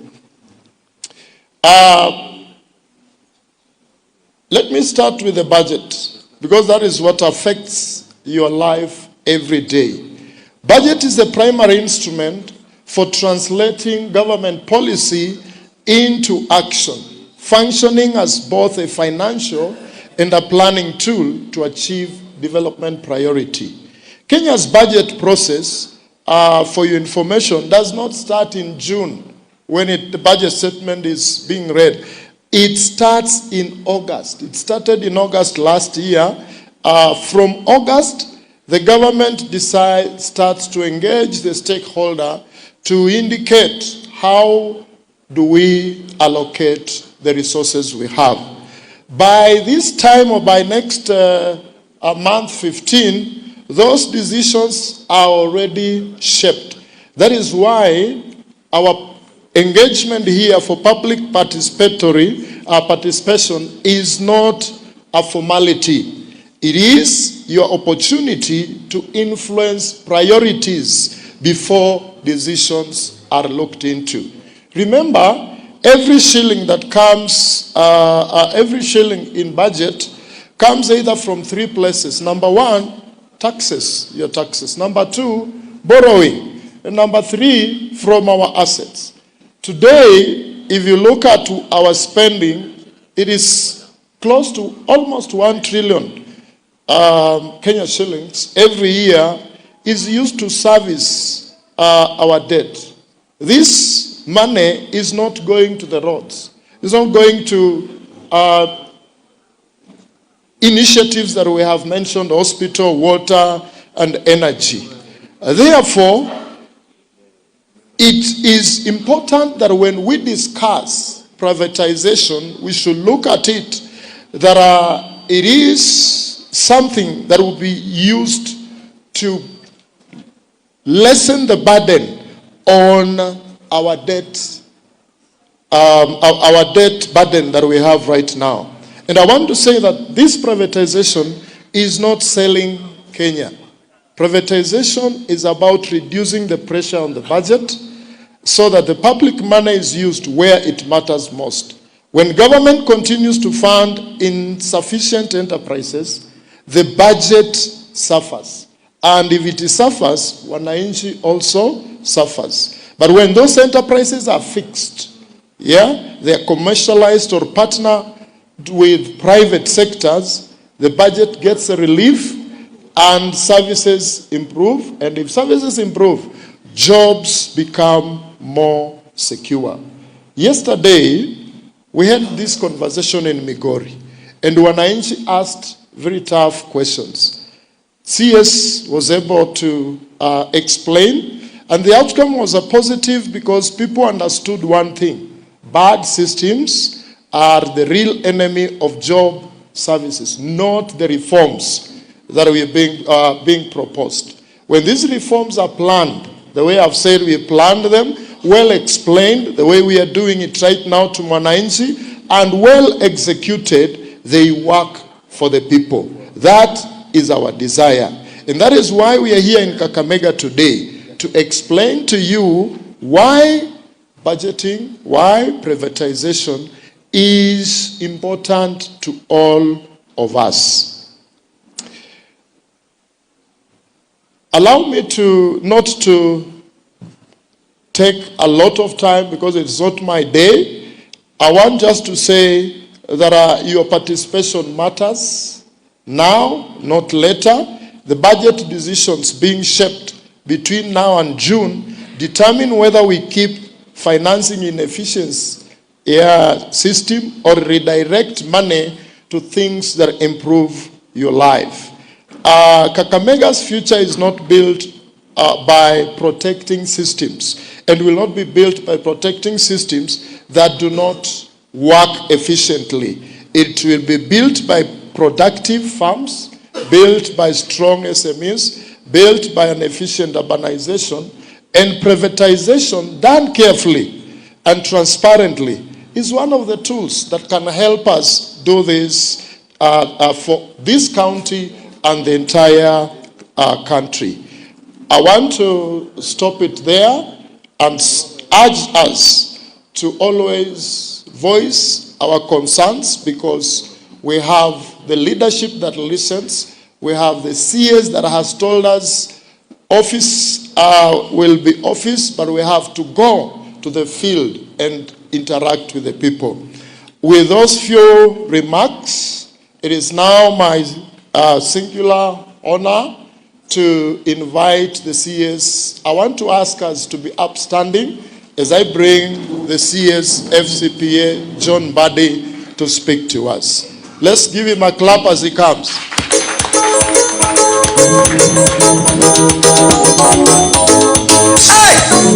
Malom kadu minimale henda piusu wafula webuye international.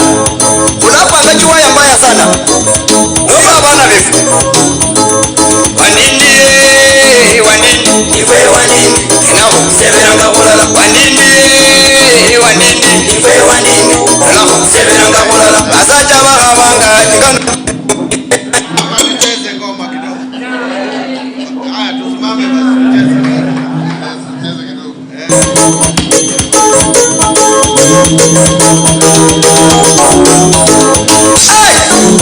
Malo mkadu minimale henda piusu wafula webuye international. Unapa ngachiwa ya mbaya sana. Noba bana vefu. Wanindi, iwe wanindi. Asante. Kakamega oye! Kakamega oye! Youth Tibim! Youth Tialala! Comrades power! Huh? Are there comrades in the room? Comrades power! Asanteni sana kwa kunikaribisha hapa siku ya leo. Na pia nataka kusema asanteni sana, mlipokea mwaliko wangu na mkakuja kwa wengi. So mtaniruhusu I make my presentations into 3. First, I will read my official statement. Then after that, I will engage in addressing some of the concerns that have been raised in this forum by your leadership here. And then finally, if it will be necessary, pengine nitakuzia siasa kidogo. Because, you know, a lot of times people say that we should not talk politics. But I think it is lack of understanding of our constitution and lack of understanding of how various offices need to operate. Cabinet secretaries, we are not civil servants. I did not appear in any interview by Public Service Commission like my principal secretary is here. I was appointed politically and I leave the office politically. And therefore I must act political. Tena ningependa kusema vile wengine wamesema hapa mbele yangu ama mbeleni, mimi pia ni Mluya. Wasuba ni Waluya. Wale wanaongea Kisuba sanifu wanaweza engage na Wamaragoli bila shida yoyote. So mimi nimekuja nyumbani, tutaongea kinyumbani, hata kama sitaongea lugha, juu hata nyinyi mko na watoto wenyu wengi wanaishi huko Nairobi na wajui Kiluya. So I'm not the only Luya who is not able to speak Kiluya. So wacha kwanza nianze na official address. And I want to remind you that this event we are holding today is not an academic exercise. I made a commitment when I got into this office with the people of Kenya that I'm going to change the tradition at the National Treasury, where people sit on the 14th floor and push papers and make decisions without visiting watu mashinani ndiye wajue ni shida gani wananchi wako nazo. Kwa hivyo nikitoka hapa, it would be criminal, let me say, if nothing comes out of our discussion here today. So at least at the bare minimum, there should be a demonstration in the coming budget that I was in Kakamega and that I held a meeting with the people of Kakamega, and I will talk about that once I finish my official statement. So let me start with the big people in the room, the representatives from the University Students Association, our esteemed student team members and members of the business community represented here on the table, members of Bunge la Wananchi, and I want to also mention the governor. He has left, but who is also my professional colleague. He was once my chairman.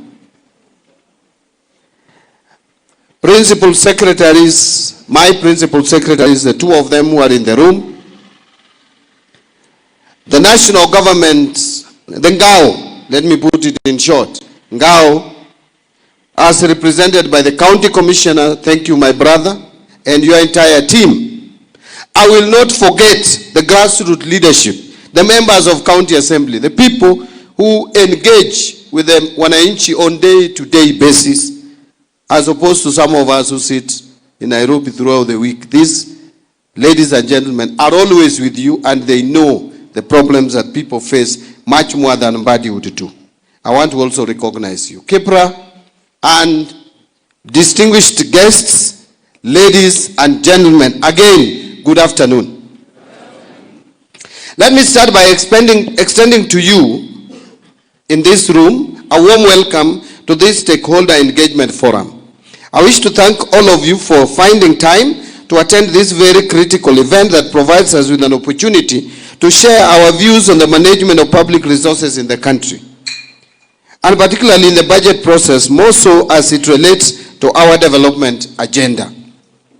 This process builds up not only from the meeting that was held on 10th of December 2025 in Nairobi, where I launched the National Budget Students Forum with the sole purpose of embedding a youth-centric perspective into our national economic decision-making process, but also from my previous engagements with Bunge la Wananchi on budget process. I hope you still remember that last year I did a historical engagement at Jivanji Garden. I think I was the first public officer or cabinet minister or even cabinet secretary or minister for that matter to go public and engage in Jivanji Garden with the people of Kenya.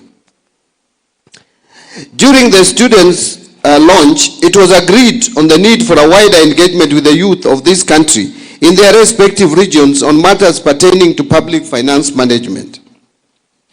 Further, in view of the recent government efforts on privatization, it has been deemed fit to broaden this engagement to include also the business community, because they understand more issues of privatization or doing business, and the Bunge la Wananchi for a more comprehensive stakeholder information and participation.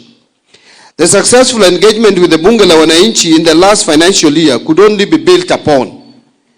Feedback from this engagement has been that this must continue, that we should continue with the engagement. So the National Treasury's engagement with members of the business community is also not new.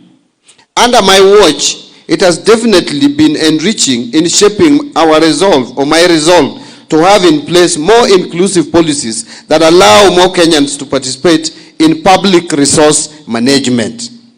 Ladies and gentlemen, I wish to emphasize that this is not just a policy initiative, but rather it is a legal obligation rooted in our Constitution, Article 201A, which mandates for public participation in all financial matters so as to enhance transparency, accountability, efficient utilization of resources, and value for money in the management of our public resources. At the National Treasury, we have come to the realization that the government alone cannot effectively respond to the multifaceted challenges facing our country, particularly on unemployment, gaps in skills development, digital literacy, entrepreneurship, and inclusive governance for a more democratic dividend. In this regard, I have prioritized stakeholder participation as a key dimension of governance and one of the pillars for a sustainable development. We shall enhance collaboration with our stakeholders, including the youth, the private sector, experts, civil society organizations, volunteers, and local communities, which is more critical.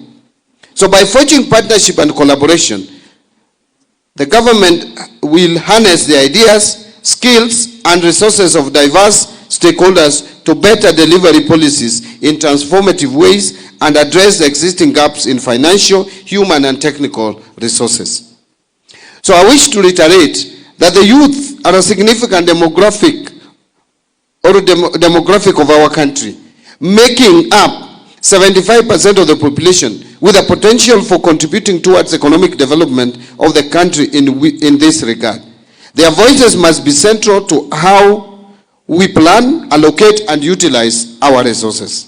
This has therefore necessitated a shift in public financial management towards inclusive and participatory governance, where citizens, including the youth, actively engage and participate in policy formulation and act as co-creators of government policies and services.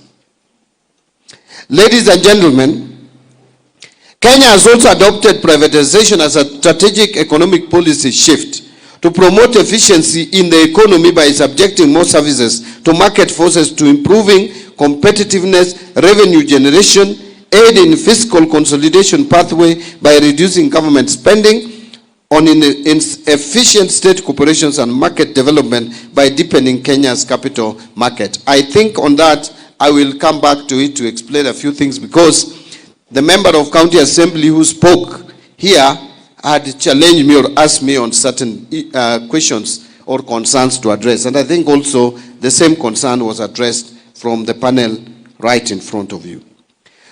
So the objective of our privatization agenda is to do the following, is to ease the burden of governance of these institutions from the government to the private sector, who are better equipped for the market economy. The National Treasury will in this regard continue with sound macroeconomic policies to enhance resilience and create a conducive environment for the private sector, including the local business communities, to thrive.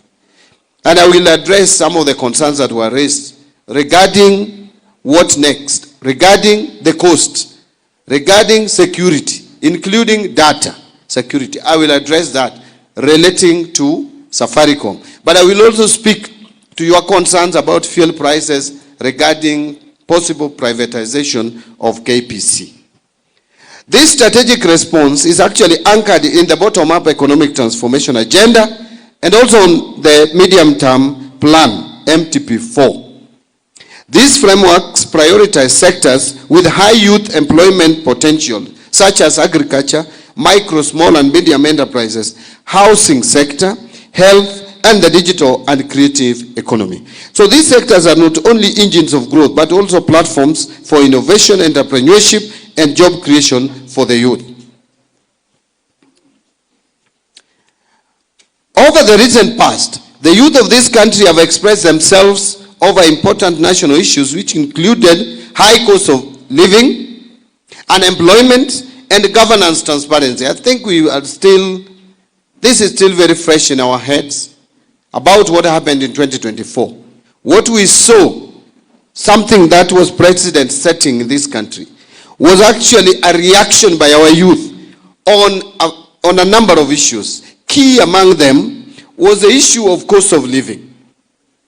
Second was unemployment. Our youth is protesting unemployment. They come out of colleges well-trained, armed with expertise, but there are no jobs. So they are protesting loudly, sometimes violently. We must listen to them. The last one is on issues of governance. The youth are simply reacting to opulence that they see being exhibited by public officers, yet at the same time, they feel they are not getting the services that they should get from their government. And so that is the cause for the reaction of the students. And these concerns are valid and demand our immediate attention. Otherwise, we will lose our country. We must respond, we must react, we must act on these concerns. The government has actually committed itself to transforming these frustrations into constructive dialogue and tangible action. This forum, therefore, provides the perfect opportunity to provide our feedback on the necessary actions from the government to address these challenges. So during this process, We will welcome positive critique of our public financial management systems and policies to shape the budget process. Your active engagement in this process will ensure efficient and transparent use of public funds, ensuring that resources allocated to address youth empowerment achieves the intended objectives. And I will request that the presentations, and I must give you credit, I actually listened to the presenters here. Very informative. Very informative. Beginning with the first speaker who came from the business community. My friend, as you are reading, I really felt challenged that you are going to the core of even taxation and proposing tax measures. I will request that your presentations, you do some write-up for us and submit them. Our people will collect your presentations. So during the launch of this process, I was elated to have received a written memorandum. This one we did in Nairobi, outlining some practical measures through which we can enhance financial support for students in tertiary institutions. We have noted a valuable feedback, which includes strengthening financial support for student financing, reforming students' loan financing through fiscal policy, targeted student grant funding for vulnerable students, facilitate provision of affordable student accommodation, and establishing an emergency student support fund. And just to demonstrate to you that this is not an academic exercise, after engaging with the students, I will report here today that, for example, in the financial year that is progressing, 25-26, for higher education loans board, we had provided 41 billion. But now, in this proposed BPS, if you have looked at it, we are proposing 58 billion for higher education loans board.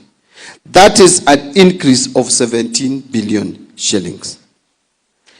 And on the university, what we call the money that we support the students is not the one that we put and is not a loan. Pardon? Yes. It was 16 billion, but we are moving it to 34 billion. So we are putting under scholarship 34 billion and under higher education loans board 58 billion. That is the proposal. So that is an increase from 57 billion, if you add those two numbers, to 92. An increase of about 35 billion. This is a reaction to address the concerns that students have raised. And I'm looking at how we can fund even high schools better in the next financial year. So that this talk that government is defunding education, which is not true, because look, in 2022 to now, the money that is going to education has increased in this proposed budget by 150 billion. If you compare the budget that was allocated for education in 2022 and compare it to what we have proposed for 2026, this is an increase of about 150 billion. Now going to 748 billion from 703 billion last financial year. That's an increase of 45 billion under the Ministry of Education. But we can even do more. So as we engage, we are also looking at our numbers and give more money to education. A society that fails to educate their people can never progress. So we will consolidate all this alongside the views that we will be receiving from other regional forums during the financial year 2026-2027 budget preparation and in the medium-term budget process. Furthermore, we are also aware that the financial constraints facing our public institutions impact the quality of education and future prospects for our youth. Our strategy emphasizes increased funding, infrastructure development, and curriculum reforms to equip students with skills relevant to the evolving job market, particularly in areas like artificial intelligence, data science, green technologies, and vocational trades. So those are our areas of focus: artificial intelligence, data science, green technologies, and vocational trades. Ladies and gentlemen, as you're aware, the government has been in the process of formulating 2026-2027 budget and the medium-term budget policy. We have in this regard prepared a draft 2026 budget policy statement containing the proposed policies and resources limits for the period. So we are proposing policies and the limit, the budget or the resource envelope. This document has already been uploaded on the National Treasury website for public review and comments. I am looking forward to receiving valuable comments to inform the finalization before we submit to the National Assembly of Parliament by mid-February. I wish to urge for your concerted effort to enable us build a Kenya where opportunities are accessible to all, where youth are empowered to lead, and where our collective aspirations become reality. Together, we can forge a prosperous, inclusive, and resilient nation. Ladies and gentlemen, privatization, if I come back to privatization a bit before I conclude my official speech, privatization is often part of a broader process of structural reform. Privatization transactions are very complex and require careful consideration of a number of issues. Well-designed and implemented privatization policies are essential to ensure credibility of reforms, to help governments achieve their objectives, and to create efficient and competitive markets for goods and services. So privatization of state-owned enterprises ushers in the private sector to participate in commercial activities that GOEs are undertaking, that is government-owned enterprises. This is necessary because the private sector carries out commercial activities more efficiently than the public sector, especially in a competitive industry. So by the way, I hope you are aware that you as an individual and your private businesses are included when I make reference to the private sector. Private sector is known to be efficient in running business. Actually, all governments are bureaucratic. There is no government that is not bureaucratic. Governments world over are bureaucratic. So if you want to enhance efficiency, you reduce government involvement in business activities, especially where there is competition. So the benefits of privatization include, as opposed to your fears, the benefits of privatization should include lower prices, better quality of goods and services produced, wider choices for consumers, more innovation, minimal red tape in decision making, and less corruption. That is the elephant in the room, corruption. To safeguard these benefits of privatization, the government has a social obligation to maintain a fair business environment through appropriate regulations and policies. So even as we privatize, the government will still retain the responsibility of ensuring that we regulate the environment or the business environment through regulations and policies. Already, Kenya has really matured.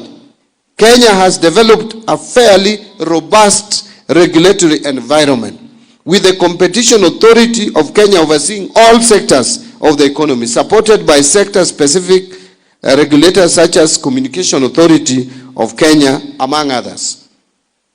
Privatization has a key tool to address the following three major economic balances. That is government debt, public expenditure, and revenue raising. In this regard, a robust program must be designed to address fiscal sustainability challenges by limiting government debt, constraining budget deficits, and promoting counter-cyclical fiscal policy. Having pursued fiscal consolidation, ladies and gentlemen, in the past, let me say 3 years, the policy has now reached optimal levels and hence cannot be pushed further. The government tried to push further more taxes in 2024, and we know the outcome. That is not an option. No more increased taxation for Kenyans. The best we can do is only to reduce them. Because Kenyans have said no. You can't force them. And by the way, you will be unfair. If you push more taxes on Kenyans, you are unfair. Because taxes reduce private wealth. Taxes will reduce your wealth whether you like it or not. Although we have to pay it. Isn't it? But it reduces your wealth.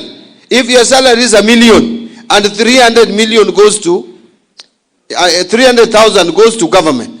See, your wealth will come down from 1 million to 700,000. So without doing anything, without consuming anything directly, your wealth has gone down in anticipation of collective services that you get from the government. So taxes is not the best thing. In fact, we always tell people, those of us with a background in finance, that when you are taxing, you must be very careful. First, tax wealth, tax the rich. Don't go for business, tax the rich. Then you come to income. If the money you are getting from the rich is not enough, you come to income. At the very least, then you go to business. But we are only going to business, to tax business, because we don't have enough money coming from the rich. I wish we could get it from the rich alone. And we stop there.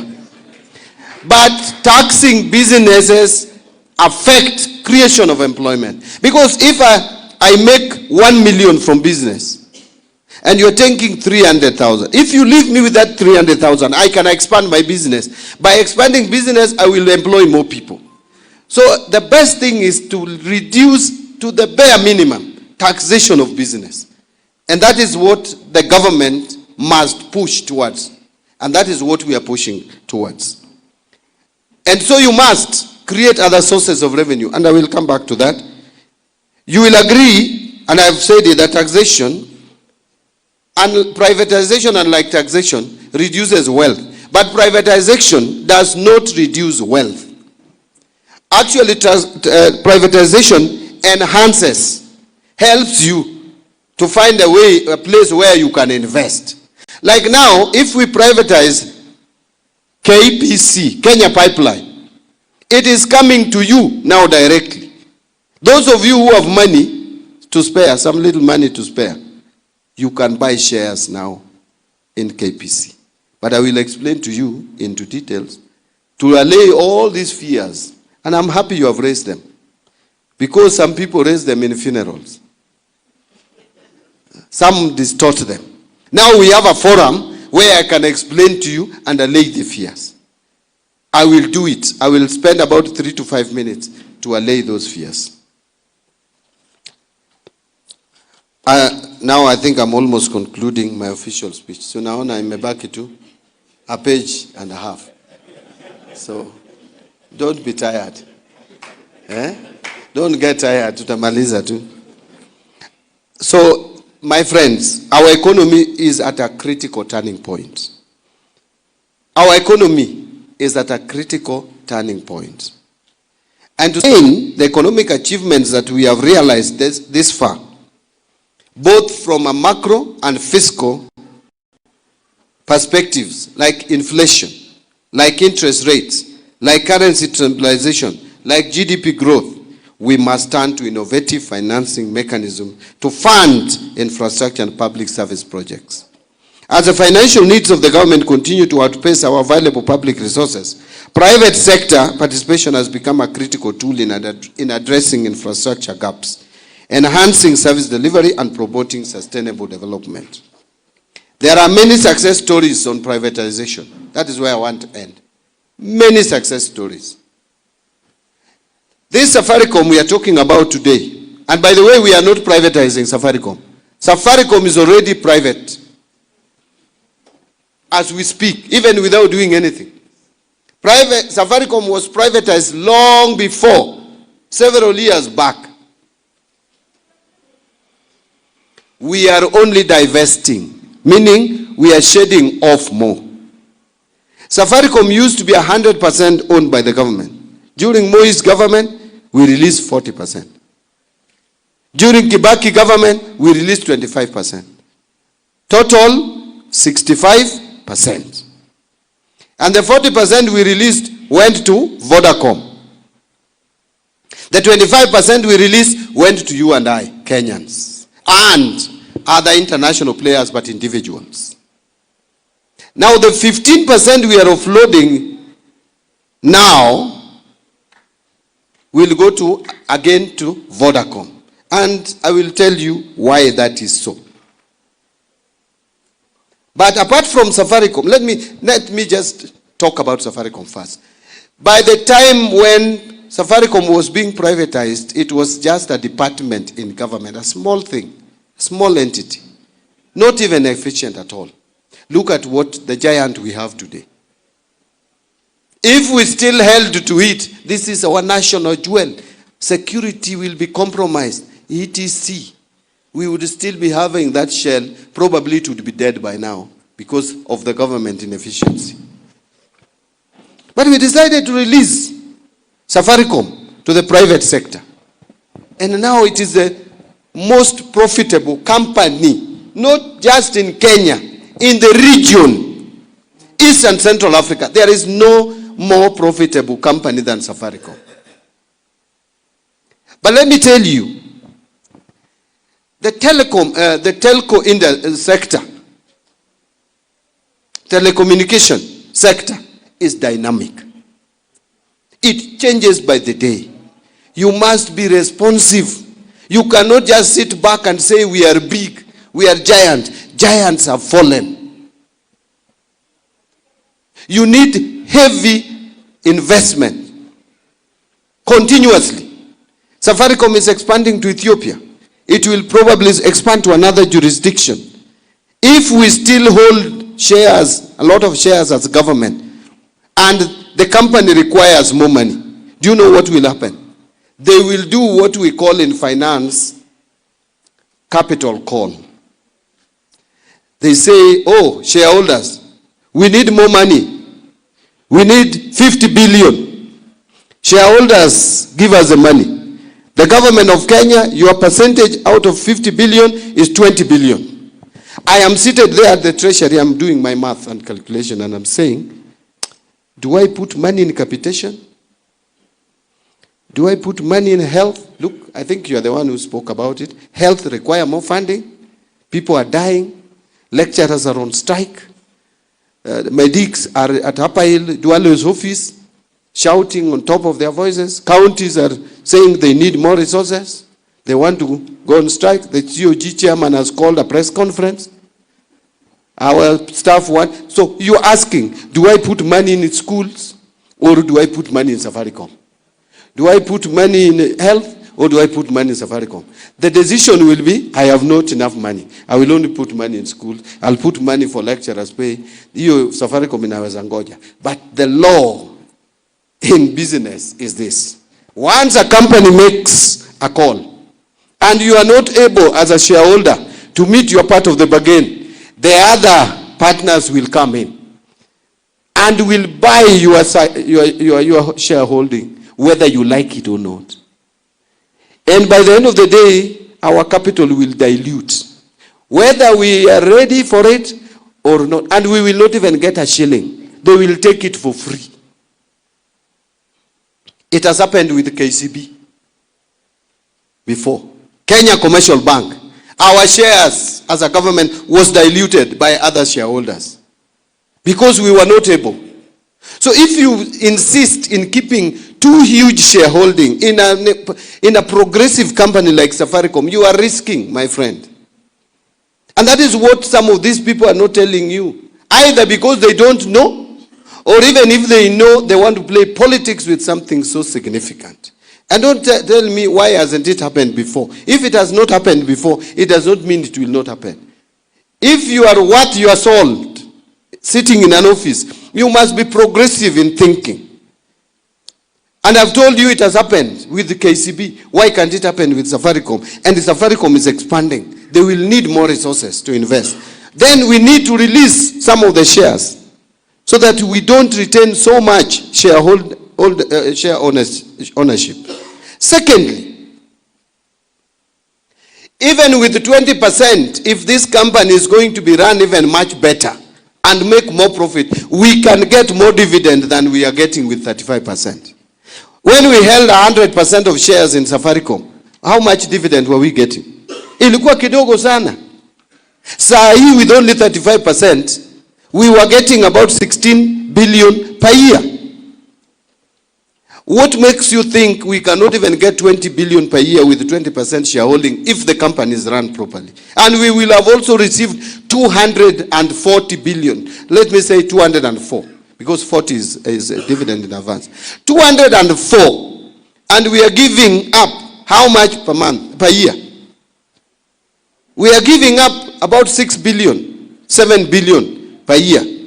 How many years will it take you to recoup your 204? 30.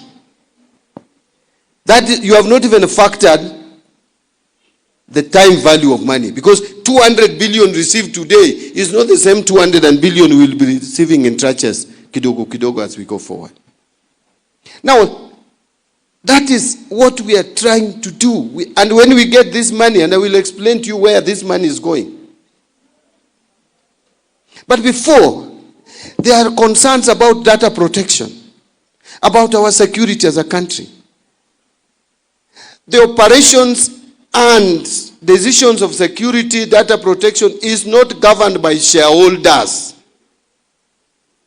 Even right now, we only own 35%. But the government still controls. The law of Kenya still dictates how our data is protected. The data protection is protected by law. Data protection is not a function of share ownership where you go and sit and decide, now we can release the data. No, the rules, regulations, the legal framework of the country is what dictates data. Let me ask you about Airtel. Is Airtel not doing the same thing as Safaricom? It's only that Safaricom is bigger. They also have your data. Are your data not protected? Those of us who have Airtel lines. Why is it protected yet Airtel is 100% foreign owned? The government has 0 shares in Airtel. The people of Kenya have 0 in Safaricom. It is owned by foreign investors. And it has our data almost the same way Safaricom has our data. So whoever is telling us about that, our data will be exposed. You don't understand how this thing works. The data protection is protected under the Data Protection Act. There is a communication authority. Even when Safaricom participates in the electoral process by relaying the information to Bomas of Kenya, it is not the government shareholder who decides what they should do. It is the law, the regulations, the rules, and the engagement that IBC has with the company. And we are protecting this company even with this divestiture. The ownership, the management is still going to be Kenyan. It is a Kenyan citizen who is going to be the CEO. The board membership of 2 is going to be maintained. All independent board members will still be Kenyan. So there is nothing we are losing here. Let me now come to a conclusion on how are we going to use this money. The concerns you have is what we are also trying to cure at the national government level. We don't want to get this money and start paying salaries and start paying recurrent expenditure, because that is what has been done before.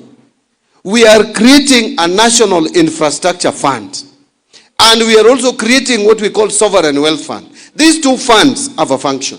The sovereign wealth fund will have a small portion of this, the proceeds of this divestiture and privatization, about 10%, to protect money for the future generation so that our grandchildren don't ask us, where did you take Safaricom? Where did you take KPC? We are leaving some money in sovereign wealth fund for the future. Kenya has not had sovereign wealth fund, yet Botswana has. A country like Norway has sovereign wealth fund which can fund their budget forever. They don't need to tax their people or do anything. They have money that they have loaned to other sovereign states and giving them money. The Eurobonds we are buying, some of them it is money from Norway that we are getting to fund our budget. They have money, we just pay them every year. We are paying them and they are running their affairs without even taxing their people. That is where Kenyans should be. Even if it is not in our generation, we should start it for the next generation. So that 100 years from today, Kenya can be able to run. Don't be selfish. Don't ask yourself, why do we think about 100 years? If our great-grandfathers were never selfish, we would be in a better position today. I don't know whether I'm communicating to anyone. Am I speaking to anyone in the room? Let me convert myself into a preacher. Am I talking to anyone there? National Infrastructure Fund. What is it all about? People have not understood this fund. Many people ask me questions that clearly are irrelevant. So I realize Kenyans have not understood what we are trying to do.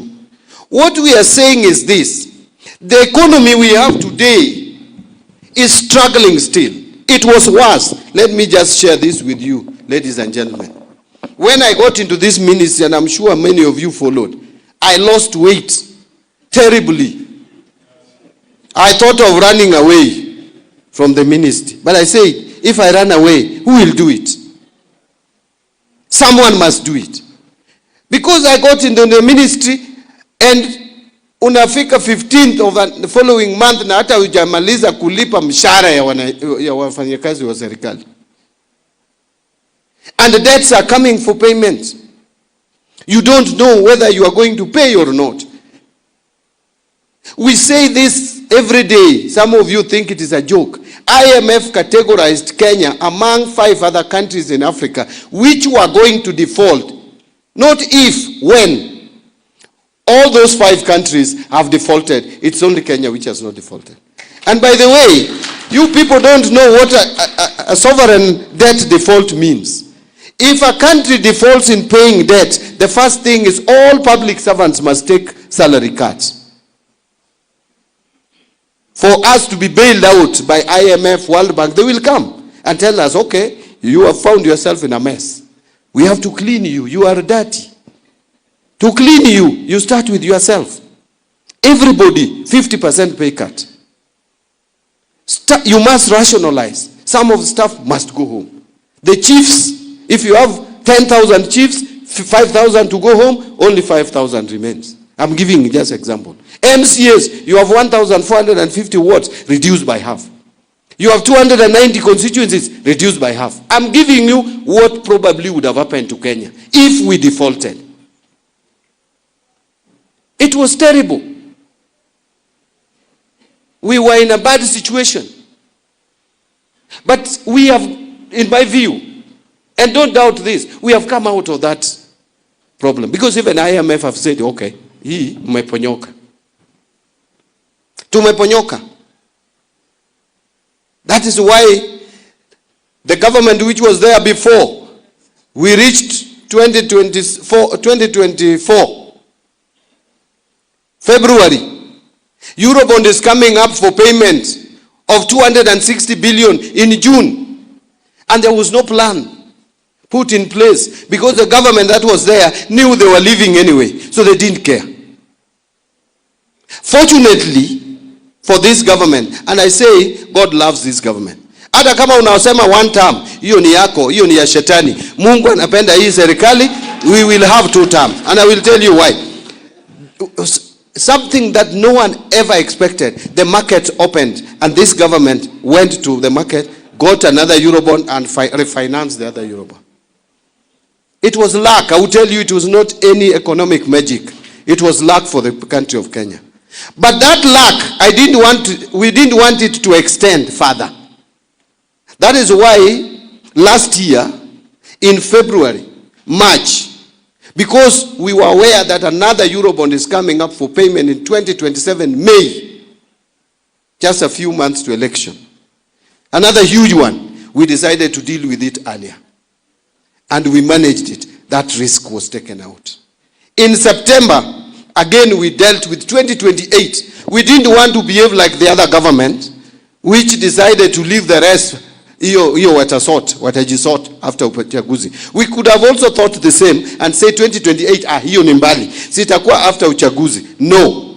This government has taken a proactive approach and has managed the liability of 2028. So the only risk now we have is 2031. 2031, we have moved from the possible default to 2031. That we will still deal with. So, ladies and gentlemen, msisema hii serikali hakuna kazi inafanya. It is because maybe we are not sharing with you the challenges we are going through. And those challenges must be dealt with. And God has put me in this position as one of the key persons to deal with this. I must help. I must work for the people of Kenya. So I was explaining that now we have an economy that is growing at 5%. Let me tell you, with the number of with the population growth we have in Kenya, and the number of Kenyans coming out of colleges and universities, who are well-trained, educated, who have basically taken all our wealth. Those of us who have ng'ombe, you have exchanged your ng'ombe with a certificate. Sindio? If that certificate becomes useless, then you go into abject poverty. That certificate needs to translate into something. If it is now your wealth, these people should be employed. They need jobs. Kenya will not create enough jobs for our youth if we don't grow at 7% or 7.5% the economy. But for us to grow the economy, we cannot stay with the infrastructure we have today. We cannot be complacent with the infrastructure we have today. You are all complaining about roads. We must access the markets. If you have a motorbike, you want to get your wares or whatever it is, mboga, you rush to the market and in the next 30 minutes you are there. You don't want to take 6 hours where you should take 5 minutes, 30 minutes. So roads. Irrigation. This country cannot feed itself by relying on the generosity of God all the time. Rain. We must irrigate. Our airport, you saw the president speak about it yesterday. It's a shame. It is terrible. For an economy which is the largest in the region. We are number 1 in East and Central Africa. We are number 6 in Africa. Only defeated by South Africa in the south, Nigeria in the west, and Egypt, Algeria, and Morocco in the north. Then you have such an airport.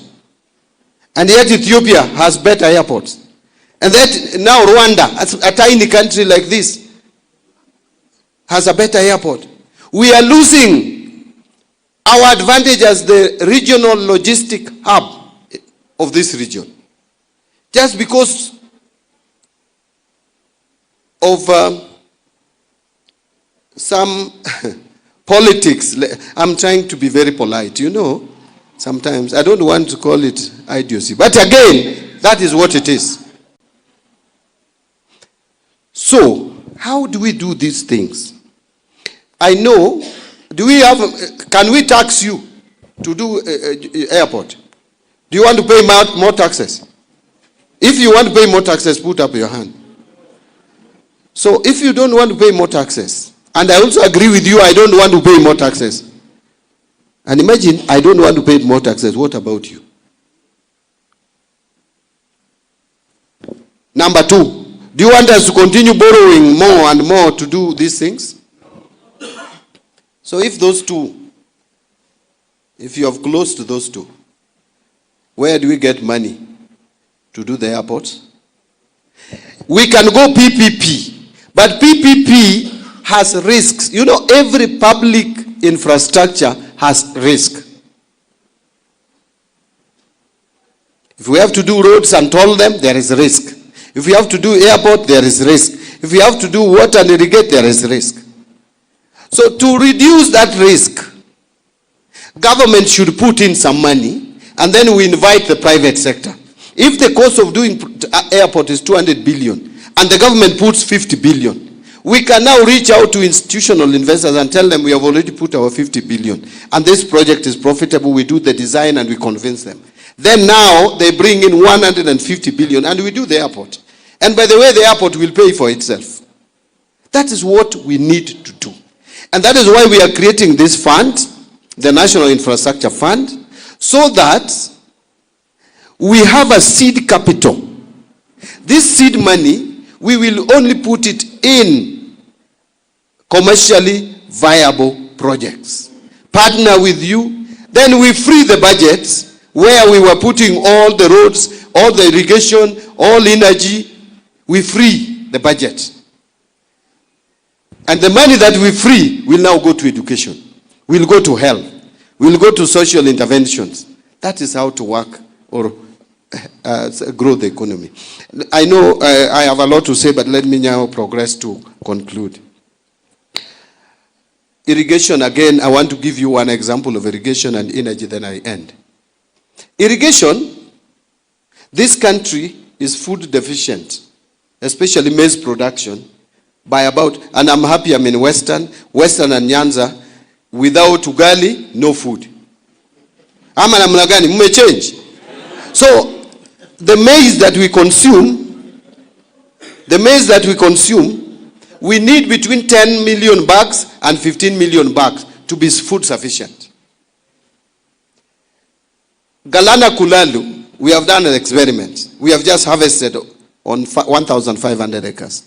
What we need in Galana Kulalu is a dam of 40 billion maximum. It's between 30, 40 billion.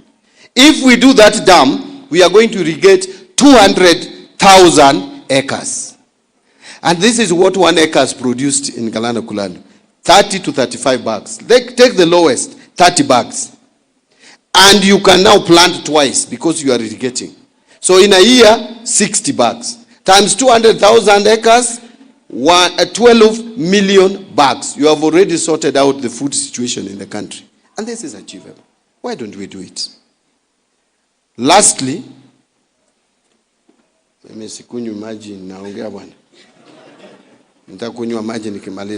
lastly is the energy. Nyinyi kila saa power blackout. Ama hapa Kakamega power is reliable. You cast one day every day. One day anafanya kazi gani?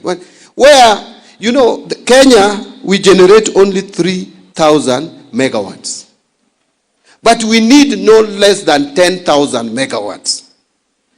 We need to generate more power, and power can pay itself. You are paying power. Unaanza, you are in your workshop, you have a tender of 100,000, you are competing with the time to complete your tender, then stima imeenda. It's affecting business. We want to generate more power in this country, at least 10,000 megawatts, to be able to sustain a progressive and industrial country. We will talk about manufacturing industrial forever. We will not succeed. Even these Skypes that the governor talked about will never take off without reliable energy. So that is what we are talking about, ladies and gentlemen. And that is why I want to persuade you. We have formed a company already to manage this fund. We wanted to manage professionally this National Infrastructure Fund. We don't want a fund that will be managed at the National Treasury alone. No, we want a company that is given the responsibility of managing this fund. The projects will be designed, they will be approved, Parliament will be involved, so that we have this fund to solve our infrastructure projects or problems.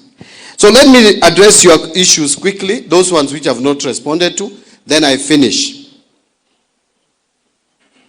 My friend Peter, you gave me a lot of information that I would want you to put down in writing, and then we'll act on a lot on especially on the issues of taxation.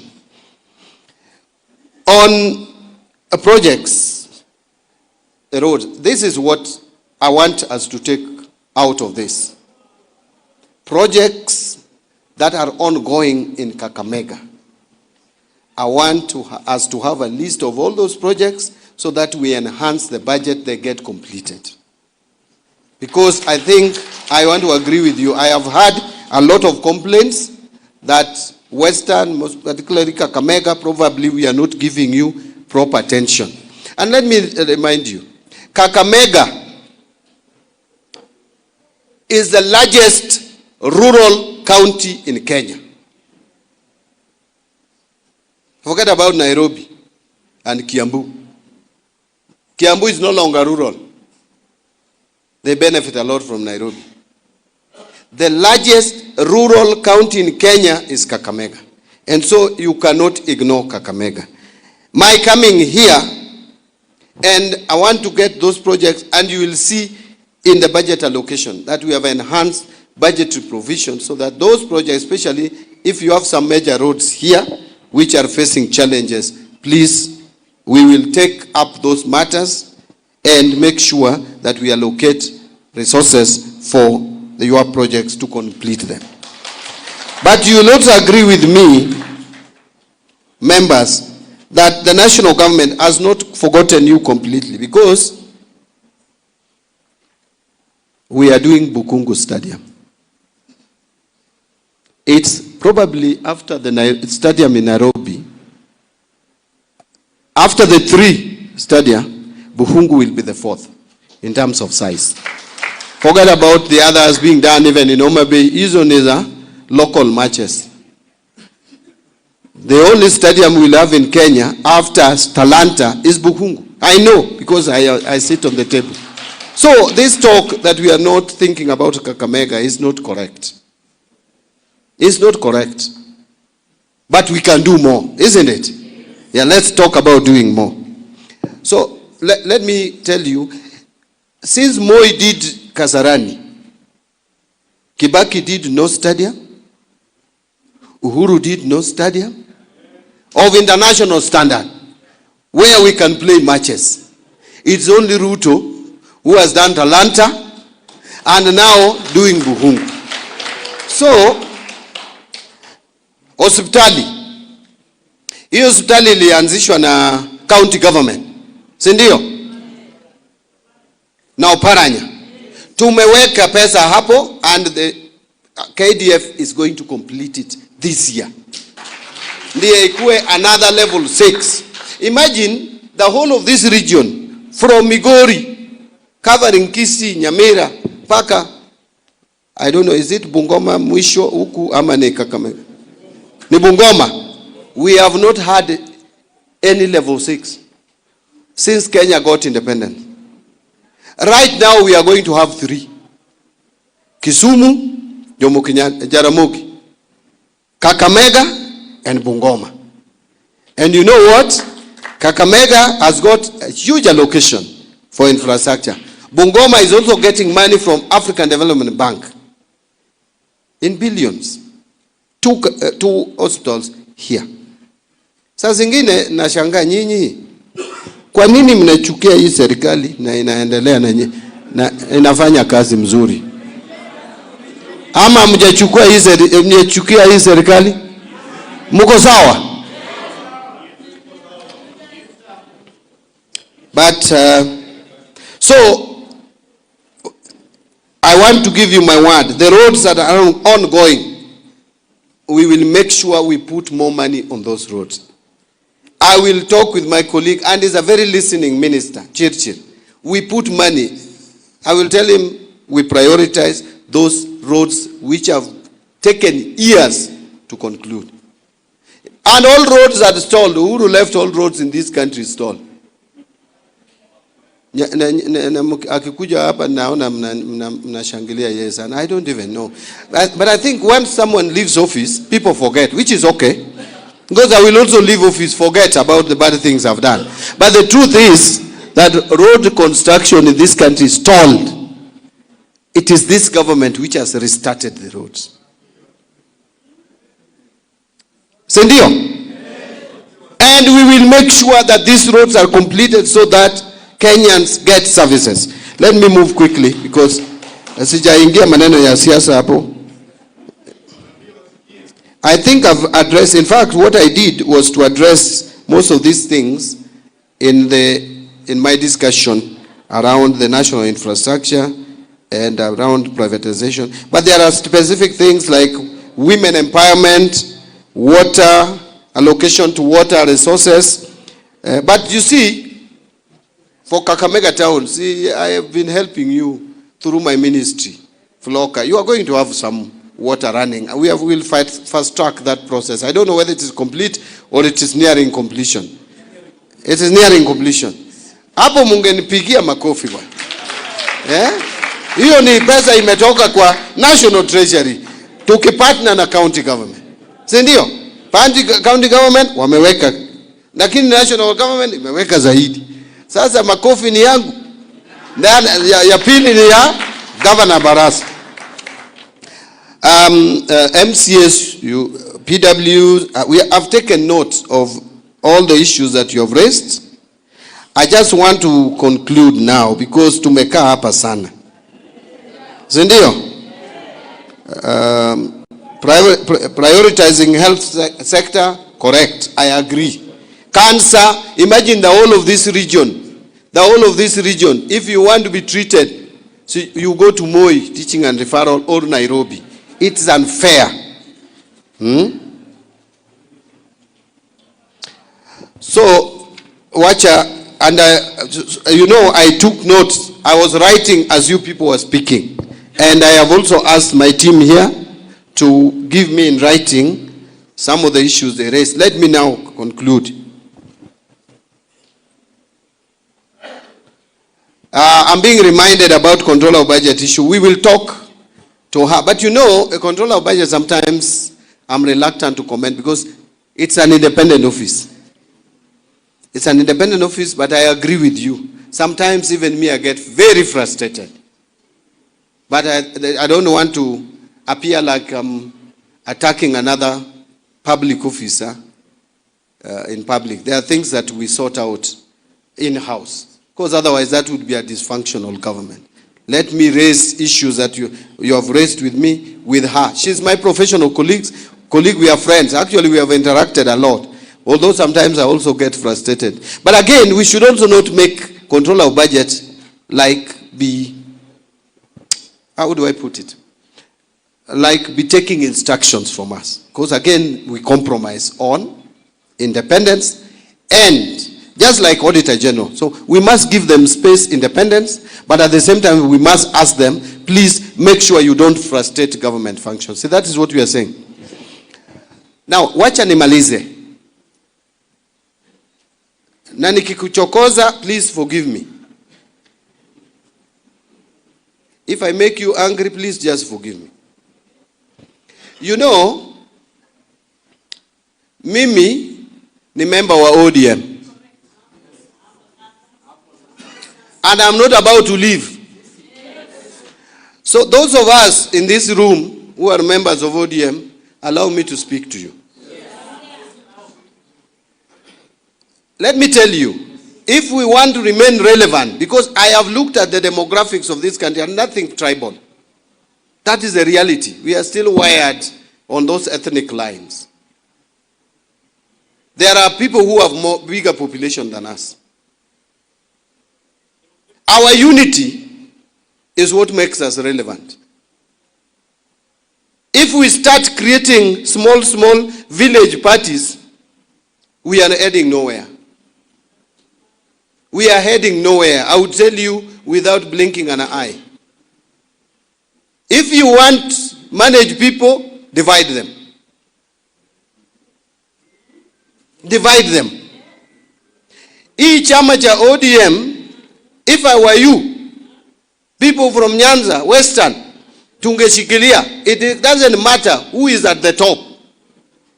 It can be a lawyer today, a lawyer tomorrow, a lawyer today, a lawyer tomorrow, or even someone from the coast. Because these are the regions which support the party, largely. So long as our unity gives us a bargaining power. If there are mistakes we have committed in the past, let us sit down and say, yes, Mbadi, we gave you this thing and you only thought about Homabay. We are removing you and giving it to Barasa. So that we see if Barasa is also only thinking about Kakamega. What I am saying is, why don't we remain a people? Because we are united. You can choose your friends, you can choose your relatives, but you can never choose your neighbor. It is God who gives you your neighbor. We are neighbors as not a community, but as communities living here. I have been reading about the history of the lawyers. And I'm also reading about the history of the Luos. There's a gentleman who has written something. Sometimes you ask yourself, are these lawyers not Bantus? Are you not Bantus? Are Luos not Nilots? But how come these two communities have a way of understanding each other? How come Luyas don't understand Kambas as they understand Luos? And they are both Bantus. How come Luos cannot understand Turkanas the way they understand Luya? It's because God put them together and they decided to marry. Mpaka sasa hata the face of marriage imefanya, the face of a Luya and a Luo, you can never tell. Nilikaa hapa, mnasema ati hata ukiangalia sura ya Mbadi ni ya Mluya direct. Hata jina ni hivyo. So let me tell you, and this is not anything ethnic, the people from this region, the best we can do is to still remain intact. Even if we have more than one party, let those two parties or three parties work together. But if we cheat ourselves that we can put ourselves in some cocoons and corners, that Luos now remain alone. And that is why I am very unhappy with the Luos who think ODM belongs to the Luos. Because even if we have had parties which belong to Luos before. Where did those parties take us? We had a party called KPU. It was largely for the Luos. We had NDP, which was led by Raila Odinga. I don't want to talk about Ford and Ford Kenya because they were a bit national. NDP was purely a Luo party. Raila had to look for ways of expanding, and then we got to ODM. We became national. We have Coast, we have Western, we have Nyanza, we have Turkana, we have Masai, we have Northeastern. Then now we want to split again and form ourselves into small cocoons because of unnecessary fights and people going to Sijui Wamunyoro. Wamunyoro has declared that he doesn't want to think about any person. His mind is fixed in Mount Kenya. It is Mount Kenya. Even schools, he's saying national schools which are in Mount Kenya, Aluya should not go there. That is what he's saying. Why do you want to work with such a person? Who is telling you any school in Central Alliance should belong to them? And we know Alliance has been funded by our taxes. That is what has made Alliance. That is what has made Mangu. That is what has made Maseno. It is not the money of the Luos which have made Maseno what it is today. How many Luos have contributed to the development of Maranda? It's national resources. Your children who go there make the population big. Capitation goes there. Capitation ni pesa hata ya Turukana iko hapo. Then you wake up and a person who should be intelligent enough, who calls himself a national leader, and then you are telling Kenyans the schools in this region should only belong to people in that region. Shame on him. And then you find some people coming from this region also want to form an alliance with such a person. Even if you hate RUTO, you better stay on your own. Even if you hate RUTO, please stay on your own. When they ushindwe hapo peke yako, you win your seat at independent, unakasi kuna independent MPs in parliament. But it is a shame to think of working together with people with such a mindset. I don't know kama nimekosea mtu, lakini that is what is in my mind and I have spoken it. So let me wind up by saying, let us work together. Raila left us. He's gone. We will not bring Raila back. Whether we like it or not, we must look for replacement of Raila. And that replacement of Raila will not be a Raila. Will be another person. And there is no leader who has no weaknesses. All of us have weaknesses, including Raila himself. We must get a person, and that person should not announce himself. There is no time Raila announced himself that I'm now the leader. We made him the leader. He became our leader. We followed him religiously. Whatever he told us to do, we did. Jump, we jumped. Go left, we went. Go right, we went. So it is you to look for a leader amongst us, and we are many. Just identify, get that leader in front. It doesn't have to take a day. It will take months. It will take years, but we'll get a leader. Raila did not become the leader just immediately. In fact, there were people who Kenyans thought would take over Ford Kenya and lead. We had Kijana Wamalwa, he led for a period. We had Orengo, we thought he would lead. Orengo did lead. Raila led because God chose him and people saw him and people followed him. A leader is going to emerge among us. We will see him, we'll identify him, and he will lead the people. In the meantime, what we need, unity. What we need is what? Unity. Sawa sawa. Kama nimekosea mtu, tafadhali mnisamehe. 2027, we are going into election. If you look at this election of 2027, the battle line is already drawn. There is a team here with RUTO and another team with this other opposition. We have to choose where to strategically position ourselves. And as we go there, we must also tell whoever we are going to, and I think it is RUTO. We must tell him, as you leave, a person from this region must succeed you in 2032. We will give you that person when the time comes, but you must make sure that you help that person ascend to power. That is what we need to do. Otherwise, asanteni sana, nimeongea mengi sana, mtanisamehe, but it is because I never come to Kakamega, bunge la wananchi. Don't just ask me if you want. No, tell me we are going to invite you to come. Nyinyi mnakaa hapo, mnaongea maneno ya siasa vizuri, you give our people direction, na hata economic empowerment hakuna. Hata bank account hamna. Inatakana, my friend, chairman. Are you the president or you are the speaker? You are the president. Invite me. Pesa kidogo niko naye, nilete, I give you empowerment, you run an outfit that makes sense. Ama namna gani? So utani invite Kakamega, nimechukua namba ya huyu, I'm going to talk to you, I come. Na wamama pia. Sawa sawa. Otherwise, asanteni sana, Mungu awabariki.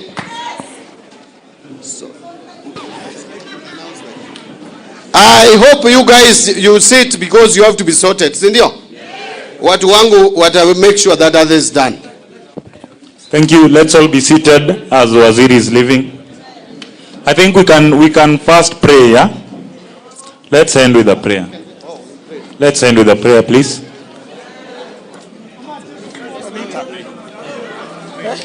Who knows how to pray?